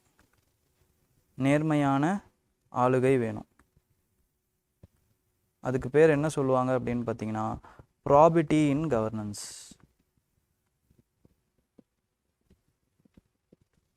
இந்த ஆட்சி முறை, கவர்மெண்ட் அப்படிங்கிறது என்ன அப்படின்னு பார்த்தீங்கன்னா நம்மளை ஆட்சி செய்கிறவங்க, கவர்னன்ஸ் அப்படிங்கிறது என்ன அப்படின்னு பார்த்தீங்கன்னா அவங்களுடைய ஆட்சி முறை. ஓகேங்களா, இந்த ஆட்சி முறை எப்படி இருக்கணும் அப்படின்னு பார்த்தீங்கன்னா வெல்ஃபேர் ஆஃப் த பீப்புளுக்காக இருக்கணும். அந்த வெல்ஃபேர் ஆஃப் த பீப்புளோட சேர்த்து நம்ம வந்து நம்மளுடைய நெறிமுறைகளை உள்ளே சேர்த்தோம் அப்படின்னா இன்டெகிரிட்டி, டிரான்ஸ்பரன்சி, அக்கௌண்டபிலிட்டி, இந்த மாதிரியான நேர்மை தன்மை, வெளிப்படைத்தன்மை, அதுக்கப்புறமா வந்து பொறுப்பெறுத்தல் தன்மை, இது எல்லாத்தையுமே வந்து உள் புகுத்தினா மட்டும்தான் நம்மளுடைய கவர்னன்ஸ் வந்து பார்த்தீங்கன்னா வந்து ஒரு நேர்மையான கவர்னன்ஸாக இருக்கும், நேர்மையான ஆளுகையாக இருக்கணும் அப்படிங்கிறது தான் இதோடைய அர்த்தம். ஓகேங்களா, இப்போ இது இல்லாதனால தான் கரப்ஷன் வருது. ஓகே, அப்போ இந்த இஷ்யூவை இப்படி தான் பார்க்கணும். அப்போ இதோடைய இம்பேக்ட் என்ன, இந்த தவறு ஆகிப்போச்சு, இந்த கரப்ஷன் ஆகிப்போச்சு, இந்த கரப்ஷன்னால இம்பேக்ட் என்ன அப்படின்னு பார்த்தீங்கன்னா சிட்டிசன்ஸ் இருக்காங்க பார்த்தீங்களா, இந்த சிட்டிசன்ஸுக்கு அவங்களுடைய அரசாட்சி மேலே நம்பிக்கைத்தன்மை இழந்துருவாங்க. செகண்ட் வந்து என்ன அப்படின்னு பார்த்தீங்கன்னா, அவங்களுடைய இன்ஸ்டிடியூஷன்ஸ் இருக்குது பார்த்தீங்களா, டெமோக்ராட்டிக் இன்ஸ்டிடியூஷன்ஸ், அது மேலேயுமே வந்து நம்பிக்கை இல்லாத தன்மை, வெளிப்படையற்ற தன்மை வந்து இருக்குது அப்படிங்கிற மாதிரி நினச்சிருவாங்க. ஓகேங்களா? அதோடைய நம்பகத்தன்மையை, அந்த இன்ஸ்டிடியூஷன்ஸ் இருக்குது பார்த்தீங்களா, அதோடைய நம்பகத்தன்மையை அந்த இன்ஸ்டிடியூஷன்ஸ் வந்து இழந்துரும். செகண்ட். தேர்டு வந்து என்ன அப்படின்னு பார்த்தீங்கன்னா, இன்டர்நேஷ்னல் அரீனாவில் சர்வதேச சூழலில் பார்த்தீங்க அப்படின்னா மற்றவங்க யாருமே வந்து அந்த குறிப்பிட்ட கண்ட்ரி கூட வந்து ட்ரேடு வச்சுக்க மாட்டாங்க ஓப்பனாக. ஓகேங்களா? இது எல்லாமே வந்து ப்ராப்ளம் ஆகிடும். அப்போது லாஸ்ட் இம்பேக்ட் என்ன அப்படின்னு பார்த்தீங்கன்னா, நேஷ்னல் செக்யூரிட்டி, தேச பாதுகாப்புலேயுமே வந்து பிரச்சனை, ஒரு பெரிய கேள்விக்குறியாக மாறிடும். இந்த இஷ்யூவை எத்திக்கலாக பார்த்தீங்கன்னா இப்படி தான் அணுகணும். ஓகேங்களா? அப்புறமா வந்து இதுக்குடைய ரெஸ்பான்ஸ் எப்படி இருக்கணும் அப்படின்னா வந்து கவர்மெண்ட்டோடைய ரெஸ்பான்ஸ் வந்து இந்த இன்வெஸ்டிகேஷன் வந்து டிரான்ஸ்பரண்ட்டாக இருக்கணும். டிரான்ஸ்பரண்ட் இன்வெஸ்டிகேஷனாக இருக்கணும். அதுக்கப்புறமா வந்து ரூல் ஆஃப் லா வந்து கடைபிடிக்கிற மாதிரியான ஒரு இன்வெஸ்டிகேஷனாக இருக்கணும். ஓகேங்களா? சட்டத்தின் ஆட்சி அப்படின்னு சொல்லுவாங்க. சட்டத்தின் ஆட்சியை நிலைநாட்டுற மாதிரியான அந்த இன்வெஸ்டிகேஷன் ப்ராசஸ் இருக்கணும். ஓகேங்களா? அப்போ அக்கௌண்டபிலிட்டி, டிரான்ஸ்பரன்சி, இது எல்லாமே வந்து important to rebuild the trust among the citizens and international partners. Okay. Next இன்னொரு இம்பார்ட்டண்ட்டான நியூஸ் என்ன அப்படின்னு பார்த்தீங்கன்னா, எத்திக்ஸ்லேயே பிரான்ஸ் அரசியலமைப்பு சட்டத்தில் கருக்கலைப்பு வந்து உரிமையாக வந்து அரசியலமைப்பு கான்ஸ்டிடியூஷனல் ரைட்டாகவே வந்து ஃப்ரான்ஸில் கொடுக்க போகிறாங்க அப்படிங்கிற மாதிரி வந்திருக்கு. இதில் ரெண்டு இம்பார்ட்டண்ட்டான இஷ்யூ இருக்குது. ஒன்று என்ன அப்படின்னு பார்த்தீங்கன்னா, கருக்கலைப்புக்கு வந்து ஆதரவு இருக்கிறவங்க, கருக்கலைப்புக்கு வந்து எதிராக இருக்கிறவங்க, இவங்க ரெண்டு பேருக்கும் நடக்கிற அந்த டைலமா தான் வந்து என்னன்னு பார்த்தீங்கன்னா எத்திக்கல் டைலமா. இவங்க ரெண்டு பேருக்கும் இருக்கிற டைலமா, அதாவது வந்து எத்திக்கல் டைலமானா என்ன அப்படின்னு பார்த்தீங்கன்னா தர்ம சங்கடம் அப்படின்றாங்களே அந்த விஷயம்தான். ஓகேங்களா? இதுவும் கரெக்டு தான், இதுவும் கரெக்டு தான். ஆனால் இந்த ரெண்டு கரெக்டில் எந்த கரெக்டை நம்ம தேர்ந்தெடுக்கிறது, அதுதான் எத்திக்கல் டைலமான்னு வரும். ஓகேங்களா? அப்போது கருக்கலைப்பு வேணும் அப்படின்னு சொல்கிறவங்க வந்து உமன் சைடில் இருந்து நின்று பேசுவாங்க. வேணாம் அப்படின்னு சொல்கிறவங்க அந்த ஃபோட்டஸ், அதாவது வந்து கருவுடைய அந்த பாயிண்ட் ஆஃப் வியூவிலேருந்து பேசுவாங்க. ஓகேங்களா? இதில் என்ன அப்படின்னு பார்த்தீங்கன்னா, உமனுக்கு வேணும் அப்படின்னு சொல்கிறவங்க வந்து உமனுக்கு வந்து ஃபைனல் டிசிஷன் மேக்கிங் அத்தாரிட்டி வேணும். அது மட்டும் இல்லாமல் அவங்களுடைய உடம்பு மேலே பாடிலி இன்டெகிரிட்டி, அவங்க உடம்பு மேலே அவங்களுக்கு முழு உரிமை வேணும் இப்படிங்கிற மாதிரி அவங்க வந்து சொல்லுவாங்க. ஃபோட்டஸ் அவங்க இந்த குழந்தைகளுக்காக வந்து பேசுகிறவங்க என்ன சொல்லுவாங்க அப்படின்னு பார்த்தீங்கன்னா, இந்த குழந்தைகளுக்கும் வந்து ஃபண்டமெண்டல் ரைட் இருக்குது, ரைட் டு லிவ் இந்த குழந்தைகளுக்கும் இருக்குது அப்படிங்கிறத சொல்லுவாங்க. ஓகேங்களா? இதன் அடிப்படையில் நின்று பேசுவாங்க. அப்போது இவங்க யார், இந்த உமனுக்கு சார்பாக இருந்து பேசுகிறவங்க யார், இந்த ஃபோட்டஸுக்கு சார்பாக இருந்து பேசுகிறவங்க யாருன்னா ரெண்டு பேருமே வந்து ரெண்டு ஐடியாலஜியை கொண்டவங்களாக இருப்பாங்க. என்ன அப்படின்னு பார்த்தீங்கன்னா, இந்த ஃபோட்டஸுக்கு ஆதரவாக இருக்கிறவங்க வந்து பார்த்தீங்க அப்படின்னா வந்து கன்சர்வேட்டிவ்ஸாக இருப்பாங்க, பழமைவாதிகளாக இருப்பாங்க, ஃபண்டமெண்டலிஸ்டாக இருப்பாங்க, அடிப்படைவாதிகளாக இருப்பாங்க, இல்லை ரிலீஜியஸ் பர்சனாலிட்டிஸாக இருப்பாங்க. ஓகேங்களா? இவங்கள மாதிரி ஆளுங்க தான் வந்து இந்த ஃபோட்டஸுக்கு ஆதரவாக பேசுவாங்க. பிறக்காத குழந்தை, கருவில் இருக்கும் குழந்தைகளுக்காக ஆதரவாக பேசுகிறவங்களா இருப்பாங்க. இந்த உமன்ஸுக்கு வந்து ஆதரவாக இருக்கிறவங்க என்ன மாதிரியான மனநிலைமையில் இருப்பாங்க அப்படின்னு பார்த்தீங்கன்னா, வெர்ச்சு எத்திக்ஸை ஃபாலோ பண்ணுறவங்களா இருப்பாங்க, இல்லைனா டியன்டாலஜிஸ்டாக இருப்பாங்க, கான்சிக்வென்ஷுவலிஸ்ட். ஓகேங்களா? யூட்டிலிட்டேரியனிசம் ஃபாலோ பண்ணி சொல்லுவாங்க. இப்போ யூட்டிலிட்டேரியனிசமில் greater good for greater people, இதுதானே அதோடைய நோக்கம். அப்போது கருக்கலைப்பை வந்து உமனுக்கு வந்து ஆதரவு கொடுத்துட்டோம் அப்படின்னு வச்சுக்கோங்களேன். அப்போ உமனுக்கு என்ன கிடைக்கும் அப்படின்னு பார்த்தீங்கன்னா, ஒரு நம்பிக்கை, அவங்க பேரில் அவங்களுக்கே ஒரு நம்பிக்கை வரும். அது மட்டும் இல்லாமல் அவங்களால வந்து சுதந்திரமாக செயல்பட முடியும். இதனால் வந்து அவங்க சொசைட்டிக்கு அவங்களால நிறைய கான்ட்ரிபியூட் பண்ண முடியும், எக்கனாமிக்கலாகவும் அவங்களால கான்ட்ரிபியூட் பண்ண முடியும். அப்போ ஒரு எக்கனாமிக்கல் ஸ்டேட்டஸை அடைஞ்சதுக்கப்புறம் அவங்க வந்து எனக்கு வந்து ஒரு குழந்தை வேணும் அப்படிங்கிறத நினச்சாங்க அப்படின்னா வந்து சொசைட்டிக்கும் அது லாபம், அதே மாதிரி அந்த குழந்தைகளுக்கும், வருங்கால குழந்தைகளுக்கும் லாபம், நேஷ்னலுக்கும் லாபம். இந்த மாதிரி வந்து நம்ம கான்சிக்வென்ஷுவலிஸ்ட், ஓகேங்களா, இல்லைனா வந்து யூட்டிலிட்டேரியனிசம் படி நம்ம பார்க்கலாம். ஓகேங்களா? ஸோ இதெல்லாம் தான் வந்து இப்படியெல்லாம் தான் வந்து பார்க்கணும். ஒரு இஷ்யூவை இப்படியெல்லாம் பார்த்தீங்கன்னா அது எத்திக்கல் பாயிண்ட் ஆஃப் வியூவில் நமக்கு கிடைக்கும். ஓகேங்களா?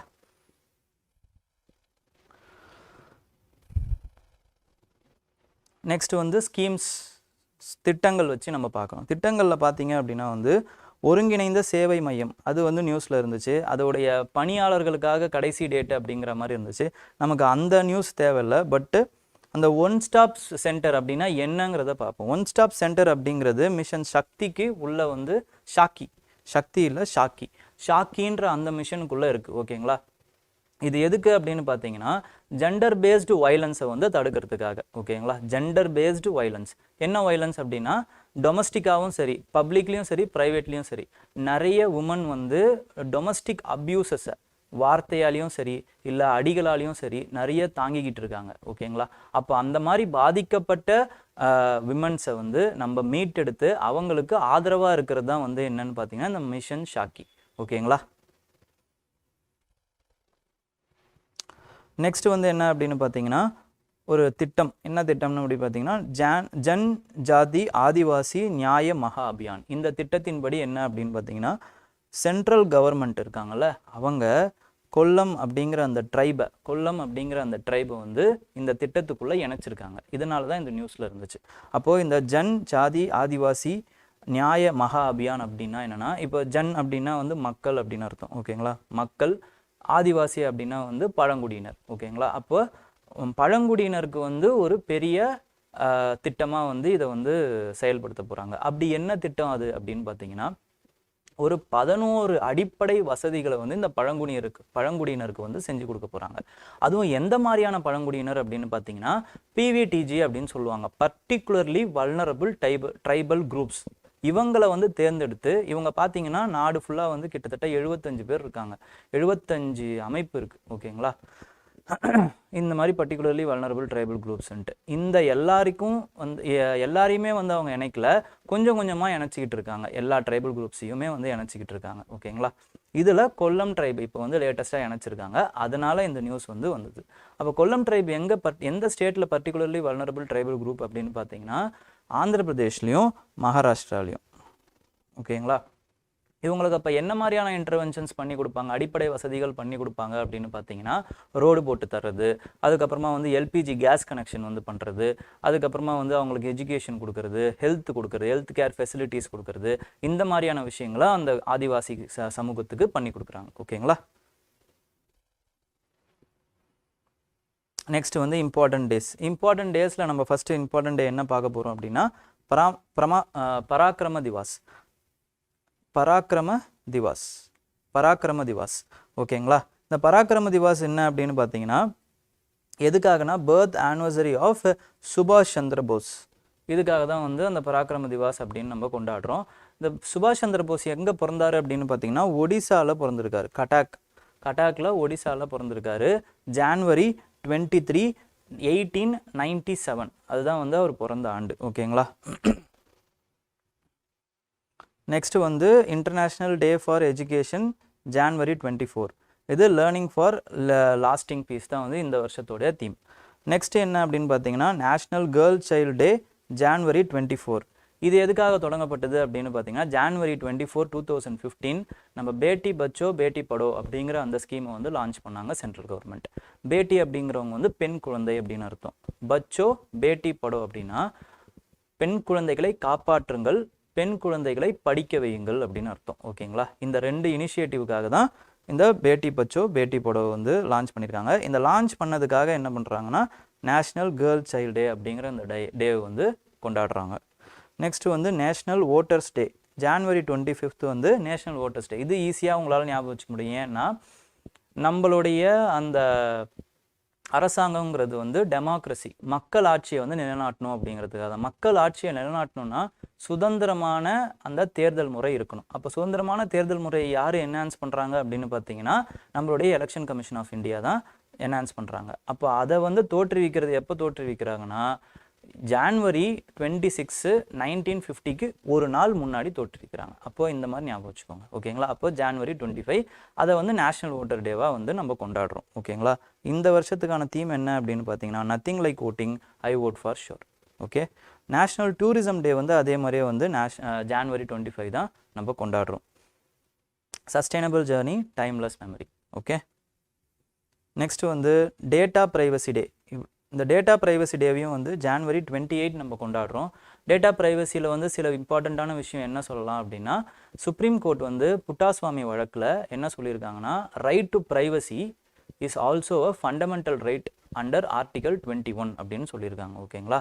அப்போ ரைட் டு ப்ரைவசியுமே வந்து நம்மளுடைய அடிப்படை உரிமையாக வந்து சுப்ரீம் கோர்ட் வந்து அங்கீகரிச்சிருக்காங்க.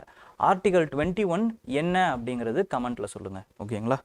நெக்ஸ்ட் வந்து வேர்ல்டு லெப்ரசி டே வந்து பார்த்தீங்க அப்படின்னா அதோட தீம் வந்து பீட் லெப்ரசி.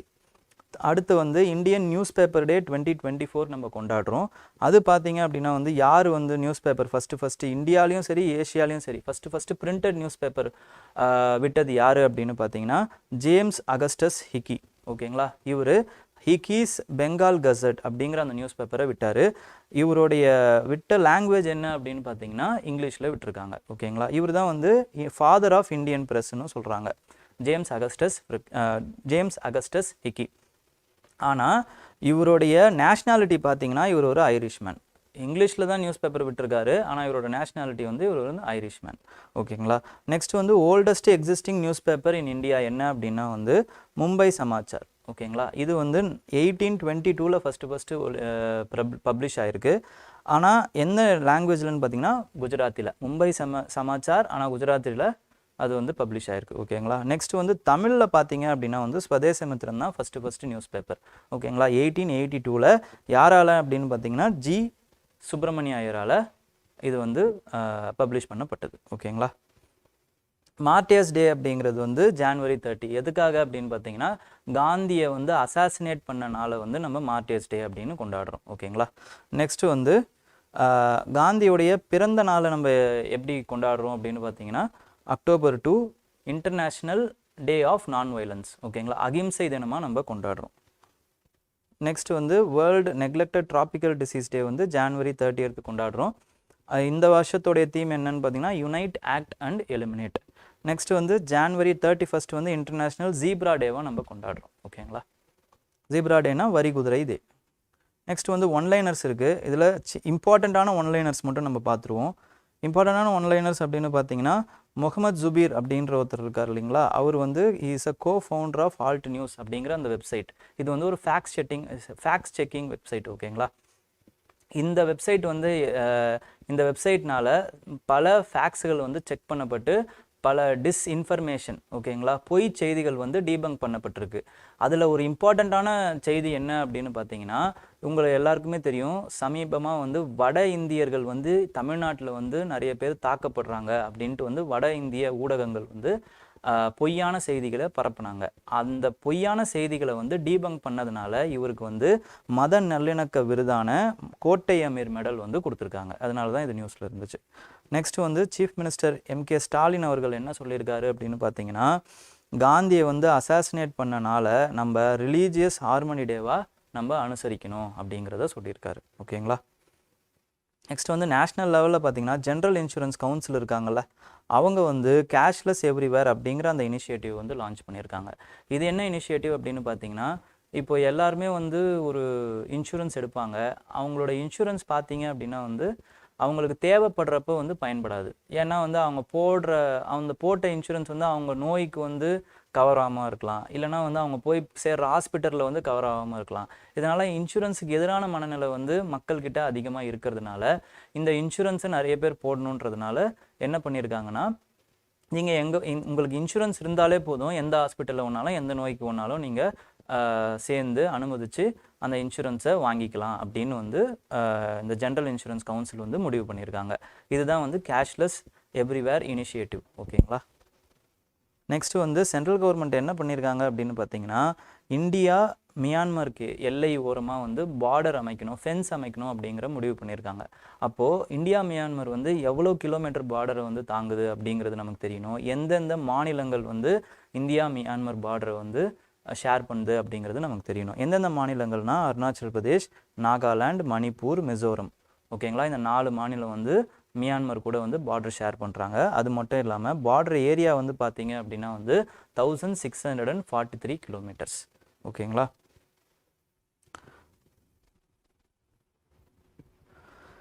நெக்ஸ்ட் வந்து நேட்டோவோட லார்ஜஸ்ட் எக்ஸசைஸ் வந்து இப்போ ரீசெண்டாக லான்ச் பண்ணியிருக்காங்க. அந்த நேட்டோவோட லார்ஜஸ்ட் எக்ஸசைஸ் பேர் என்ன அப்படின்னு பார்த்தீங்கன்னா எக்ஸசைஸ் ஸ்டெட்ஃபாஸ்ட் டிஃபெண்டர் 24. ஓகேங்களா. இப்போ ரீசெண்டாக வந்து அலபாமா அப்படிங்கிற அந்த ஸ்டேட்டில் யூஎஸோட ஸ்டேட்டில் என்ன பண்ணியிருக்காங்கன்னா வந்து ஒரு மரண தண்டனை கைதியை நைட்ரஜன் கேஸை செலுத்தி அவரை வந்து கொண்டிருக்காங்க. ஓகேங்களா. அதுக்கு பேர் வந்து நைட்ரஜன் ஐபாக்சியா அப்படின்னு பேர். ஐபாக்சியா அப்படிங்கிறது என்னென்னா ஆக்சிஜனை இழக்கும் சூழ்நிலை அப்படின்னு அர்த்தம். ஓகேங்களா. ஆக்சிஜன் டிப்ரைவ்டு ஸ்டேட் அப்படின்னு அர்த்தம். ஓகேங்களா. அதுதான் ஐபாக்சியா. ஓகே. இப்போ என்ன பண்ணுறாங்கன்னா அந்த ஒரு மாஸ்க்கை வந்து அவருடைய மூஞ்சில் செலுத்தி மூஞ்சில் பொருத்தி என்ன பண்ணுவாங்கன்னா அந்த மாஸ்க்குள்ளே வந்து நைட்ரஜன் கேஸை வந்து செலுத்துவாங்க. அப்போது ஆக்சிஜன் கொஞ்சம் கொஞ்சமாக சப்ளை வந்து இழந்து நைட்ரஜன் ஃபுல்லாக போய் அவருக்கு ஒரு சில நிமிடங்கள்லேயே வந்து மயக்கம் அடைஞ்சு அதுக்கப்புறம் இறந்து போயிடுறாரு. இது இந்த மாதிரி வந்து அவரை சாவடிச்சது இன்டர்நேஷ்னல் ஃபுல்லாக வந்து ஒரு கான்ட்ரவர்சியையும் ஒரு கேள்விகளையும் எழுப்புச்சு. ஓகேங்களா. அதனால தான் இது நியூஸில் இருந்துச்சு. நெக்ஸ்ட்டு ஆர்பிஐ என்ன பண்ணியிருக்காங்க அப்படின்னு பார்த்தீங்கன்னா ஃபஸ்ட்டு அவங்களுடைய finance for panchayat Raj institution அப்படிங்கிற அந்த ரிப்போர்ட்டை வந்து வெளியிட்டிருக்காங்க. நெக்ஸ்ட்டு சயின்ஸ் அண்ட் டெக்னாலஜியில் பார்த்தீங்க அப்படின்னா சென்ட்ரல் கவர்மெண்ட் வந்து வைபவ் அப்படிங்கிற அந்த ஃபெலோஷிப்பை வந்து இந்தியன் ஆரிஜின் ரிசர்ச்சர்ஸுக்காக வந்து வெளியிட்டிருக்காங்க. இதன்படி பார்த்தீங்க அப்படின்னா ஓசிஐயாக இருக்கிறவங்க, அதாவது வந்து ஓவர்சீஸ் சிட்டிசன்ஸ் ஆஃப் இந்தியா, அவங்க என்ன பண்ணலான்னா இந்த இந்தியன் இன்ஸ்டிடியூஷன்ஸுக்கு வந்து அவங்களுடைய நாலேஜை வந்து ஒரு 2 மாதம் வந்து தங்கி மற்றவங்களுக்கு வந்து சொல்லி தந்துட்டு போகலாம். ஓகேங்களா. இதுதான் வைபவ் ஃபெலோஷிப். ஓகேங்களா. அதுக்கப்புறமா வந்து இந்தியன் இம்யூனாலஜிக்கல் லிமிடெட் வந்து first indigenously developed vaccine for hepatitis ஏக்கு வந்து ஒரு வேக்சின் கண்டுபிடிச்சிருக்காங்க, தடுப்பூசி. அந்த வேக்சின் பேர் என்னன்னு பார்த்தீங்கன்னா ஹாவிஷோர். ஓகேங்களா. நெக்ஸ்ட் வந்து பார்த்தீங்க அப்படின்னா வந்து மோனாலிசா பெயிண்டிங்கை வந்து ரீசெண்டாக நடந்த ஃப்ரான்ஸில் வந்து விவசாயிகள் வந்து ஒரு போராட்டம் நடந்தது. அதில் வந்து மோனாலிசா பெயிண்டிங்கை வந்து சேதம் பண்ணணும் அப்படின்னு அந்த ப்ரொட்டஸ்டர்ஸ் கிளர்ச்சியாளர்கள் நினச்சாங்க. அதனால் இது நியூஸில் வந்துச்சு. அது எங்கே மியூசியமில் இருக்குது அப்படிங்கிறது தான் ரொம்ப முக்கியம், வேறு ஒன்றும் கிடையாது. ஓகேங்களா. நெக்ஸ்ட் வந்து world's largest luxury cruise ship இருக்குது பார்த்தீங்களா, அதை வந்து ராயல் கரீபியன் ஷிப்பிங் கம்பெனி அப்படிங்கிறவங்க வந்து லான்ச் பண்ணியிருக்காங்க. அதோட பேர் என்ன அப்படின்னு பார்த்தீங்கன்னா ஐகான் ஆஃப் த சி. எதுக்காக இது நியூஸில் இருந்துச்சுன்னா ரீசெண்டாக அதோடைய ஃபஸ்ட்டு வாயேஜை பயணத்தை வந்து அது ஆரம்பிச்சது. எங்கேருந்து ஆரம்பிச்சதுன்னா மியாமி போர்ட்லேருந்து ஆரம்பிச்சது. அதனால இது நியூஸில் இருந்துச்சு. ஓகேங்களா. ஸோ கொஸ்டின்ஸும் கொடுத்துருக்கேன் ஃப்ரெண்ட்ஸ். நீங்கள் என்ன பண்ணணும் அப்படின்னா வந்து எழுதி பார்க்கணும். இந்த காம்படிட்டிவ் எக்ஸாம்ஸை பொறுத்த வரைக்கும் practice practice practice, revision revision revision, இது மட்டும்தான் உங்களுக்கு உங்களுடைய கனவான குடிமை பணிகளை பெற்றுத்தரும். ஓகேங்களா. ஏதாவது டவுட்ஸ் இருந்தால் கமெண்ட்ஸில் சொல்லுங்கள். உங்களோட கருத்துக்களையும் கமெண்ட்ஸில் பதிவிடுங்க. என்னால் முடிஞ்ச அளவுக்கு இந்த டவுட்ஸை வந்து கிளியர் பண்ண பார்க்குறேன். தேங்க்யூ. All the best.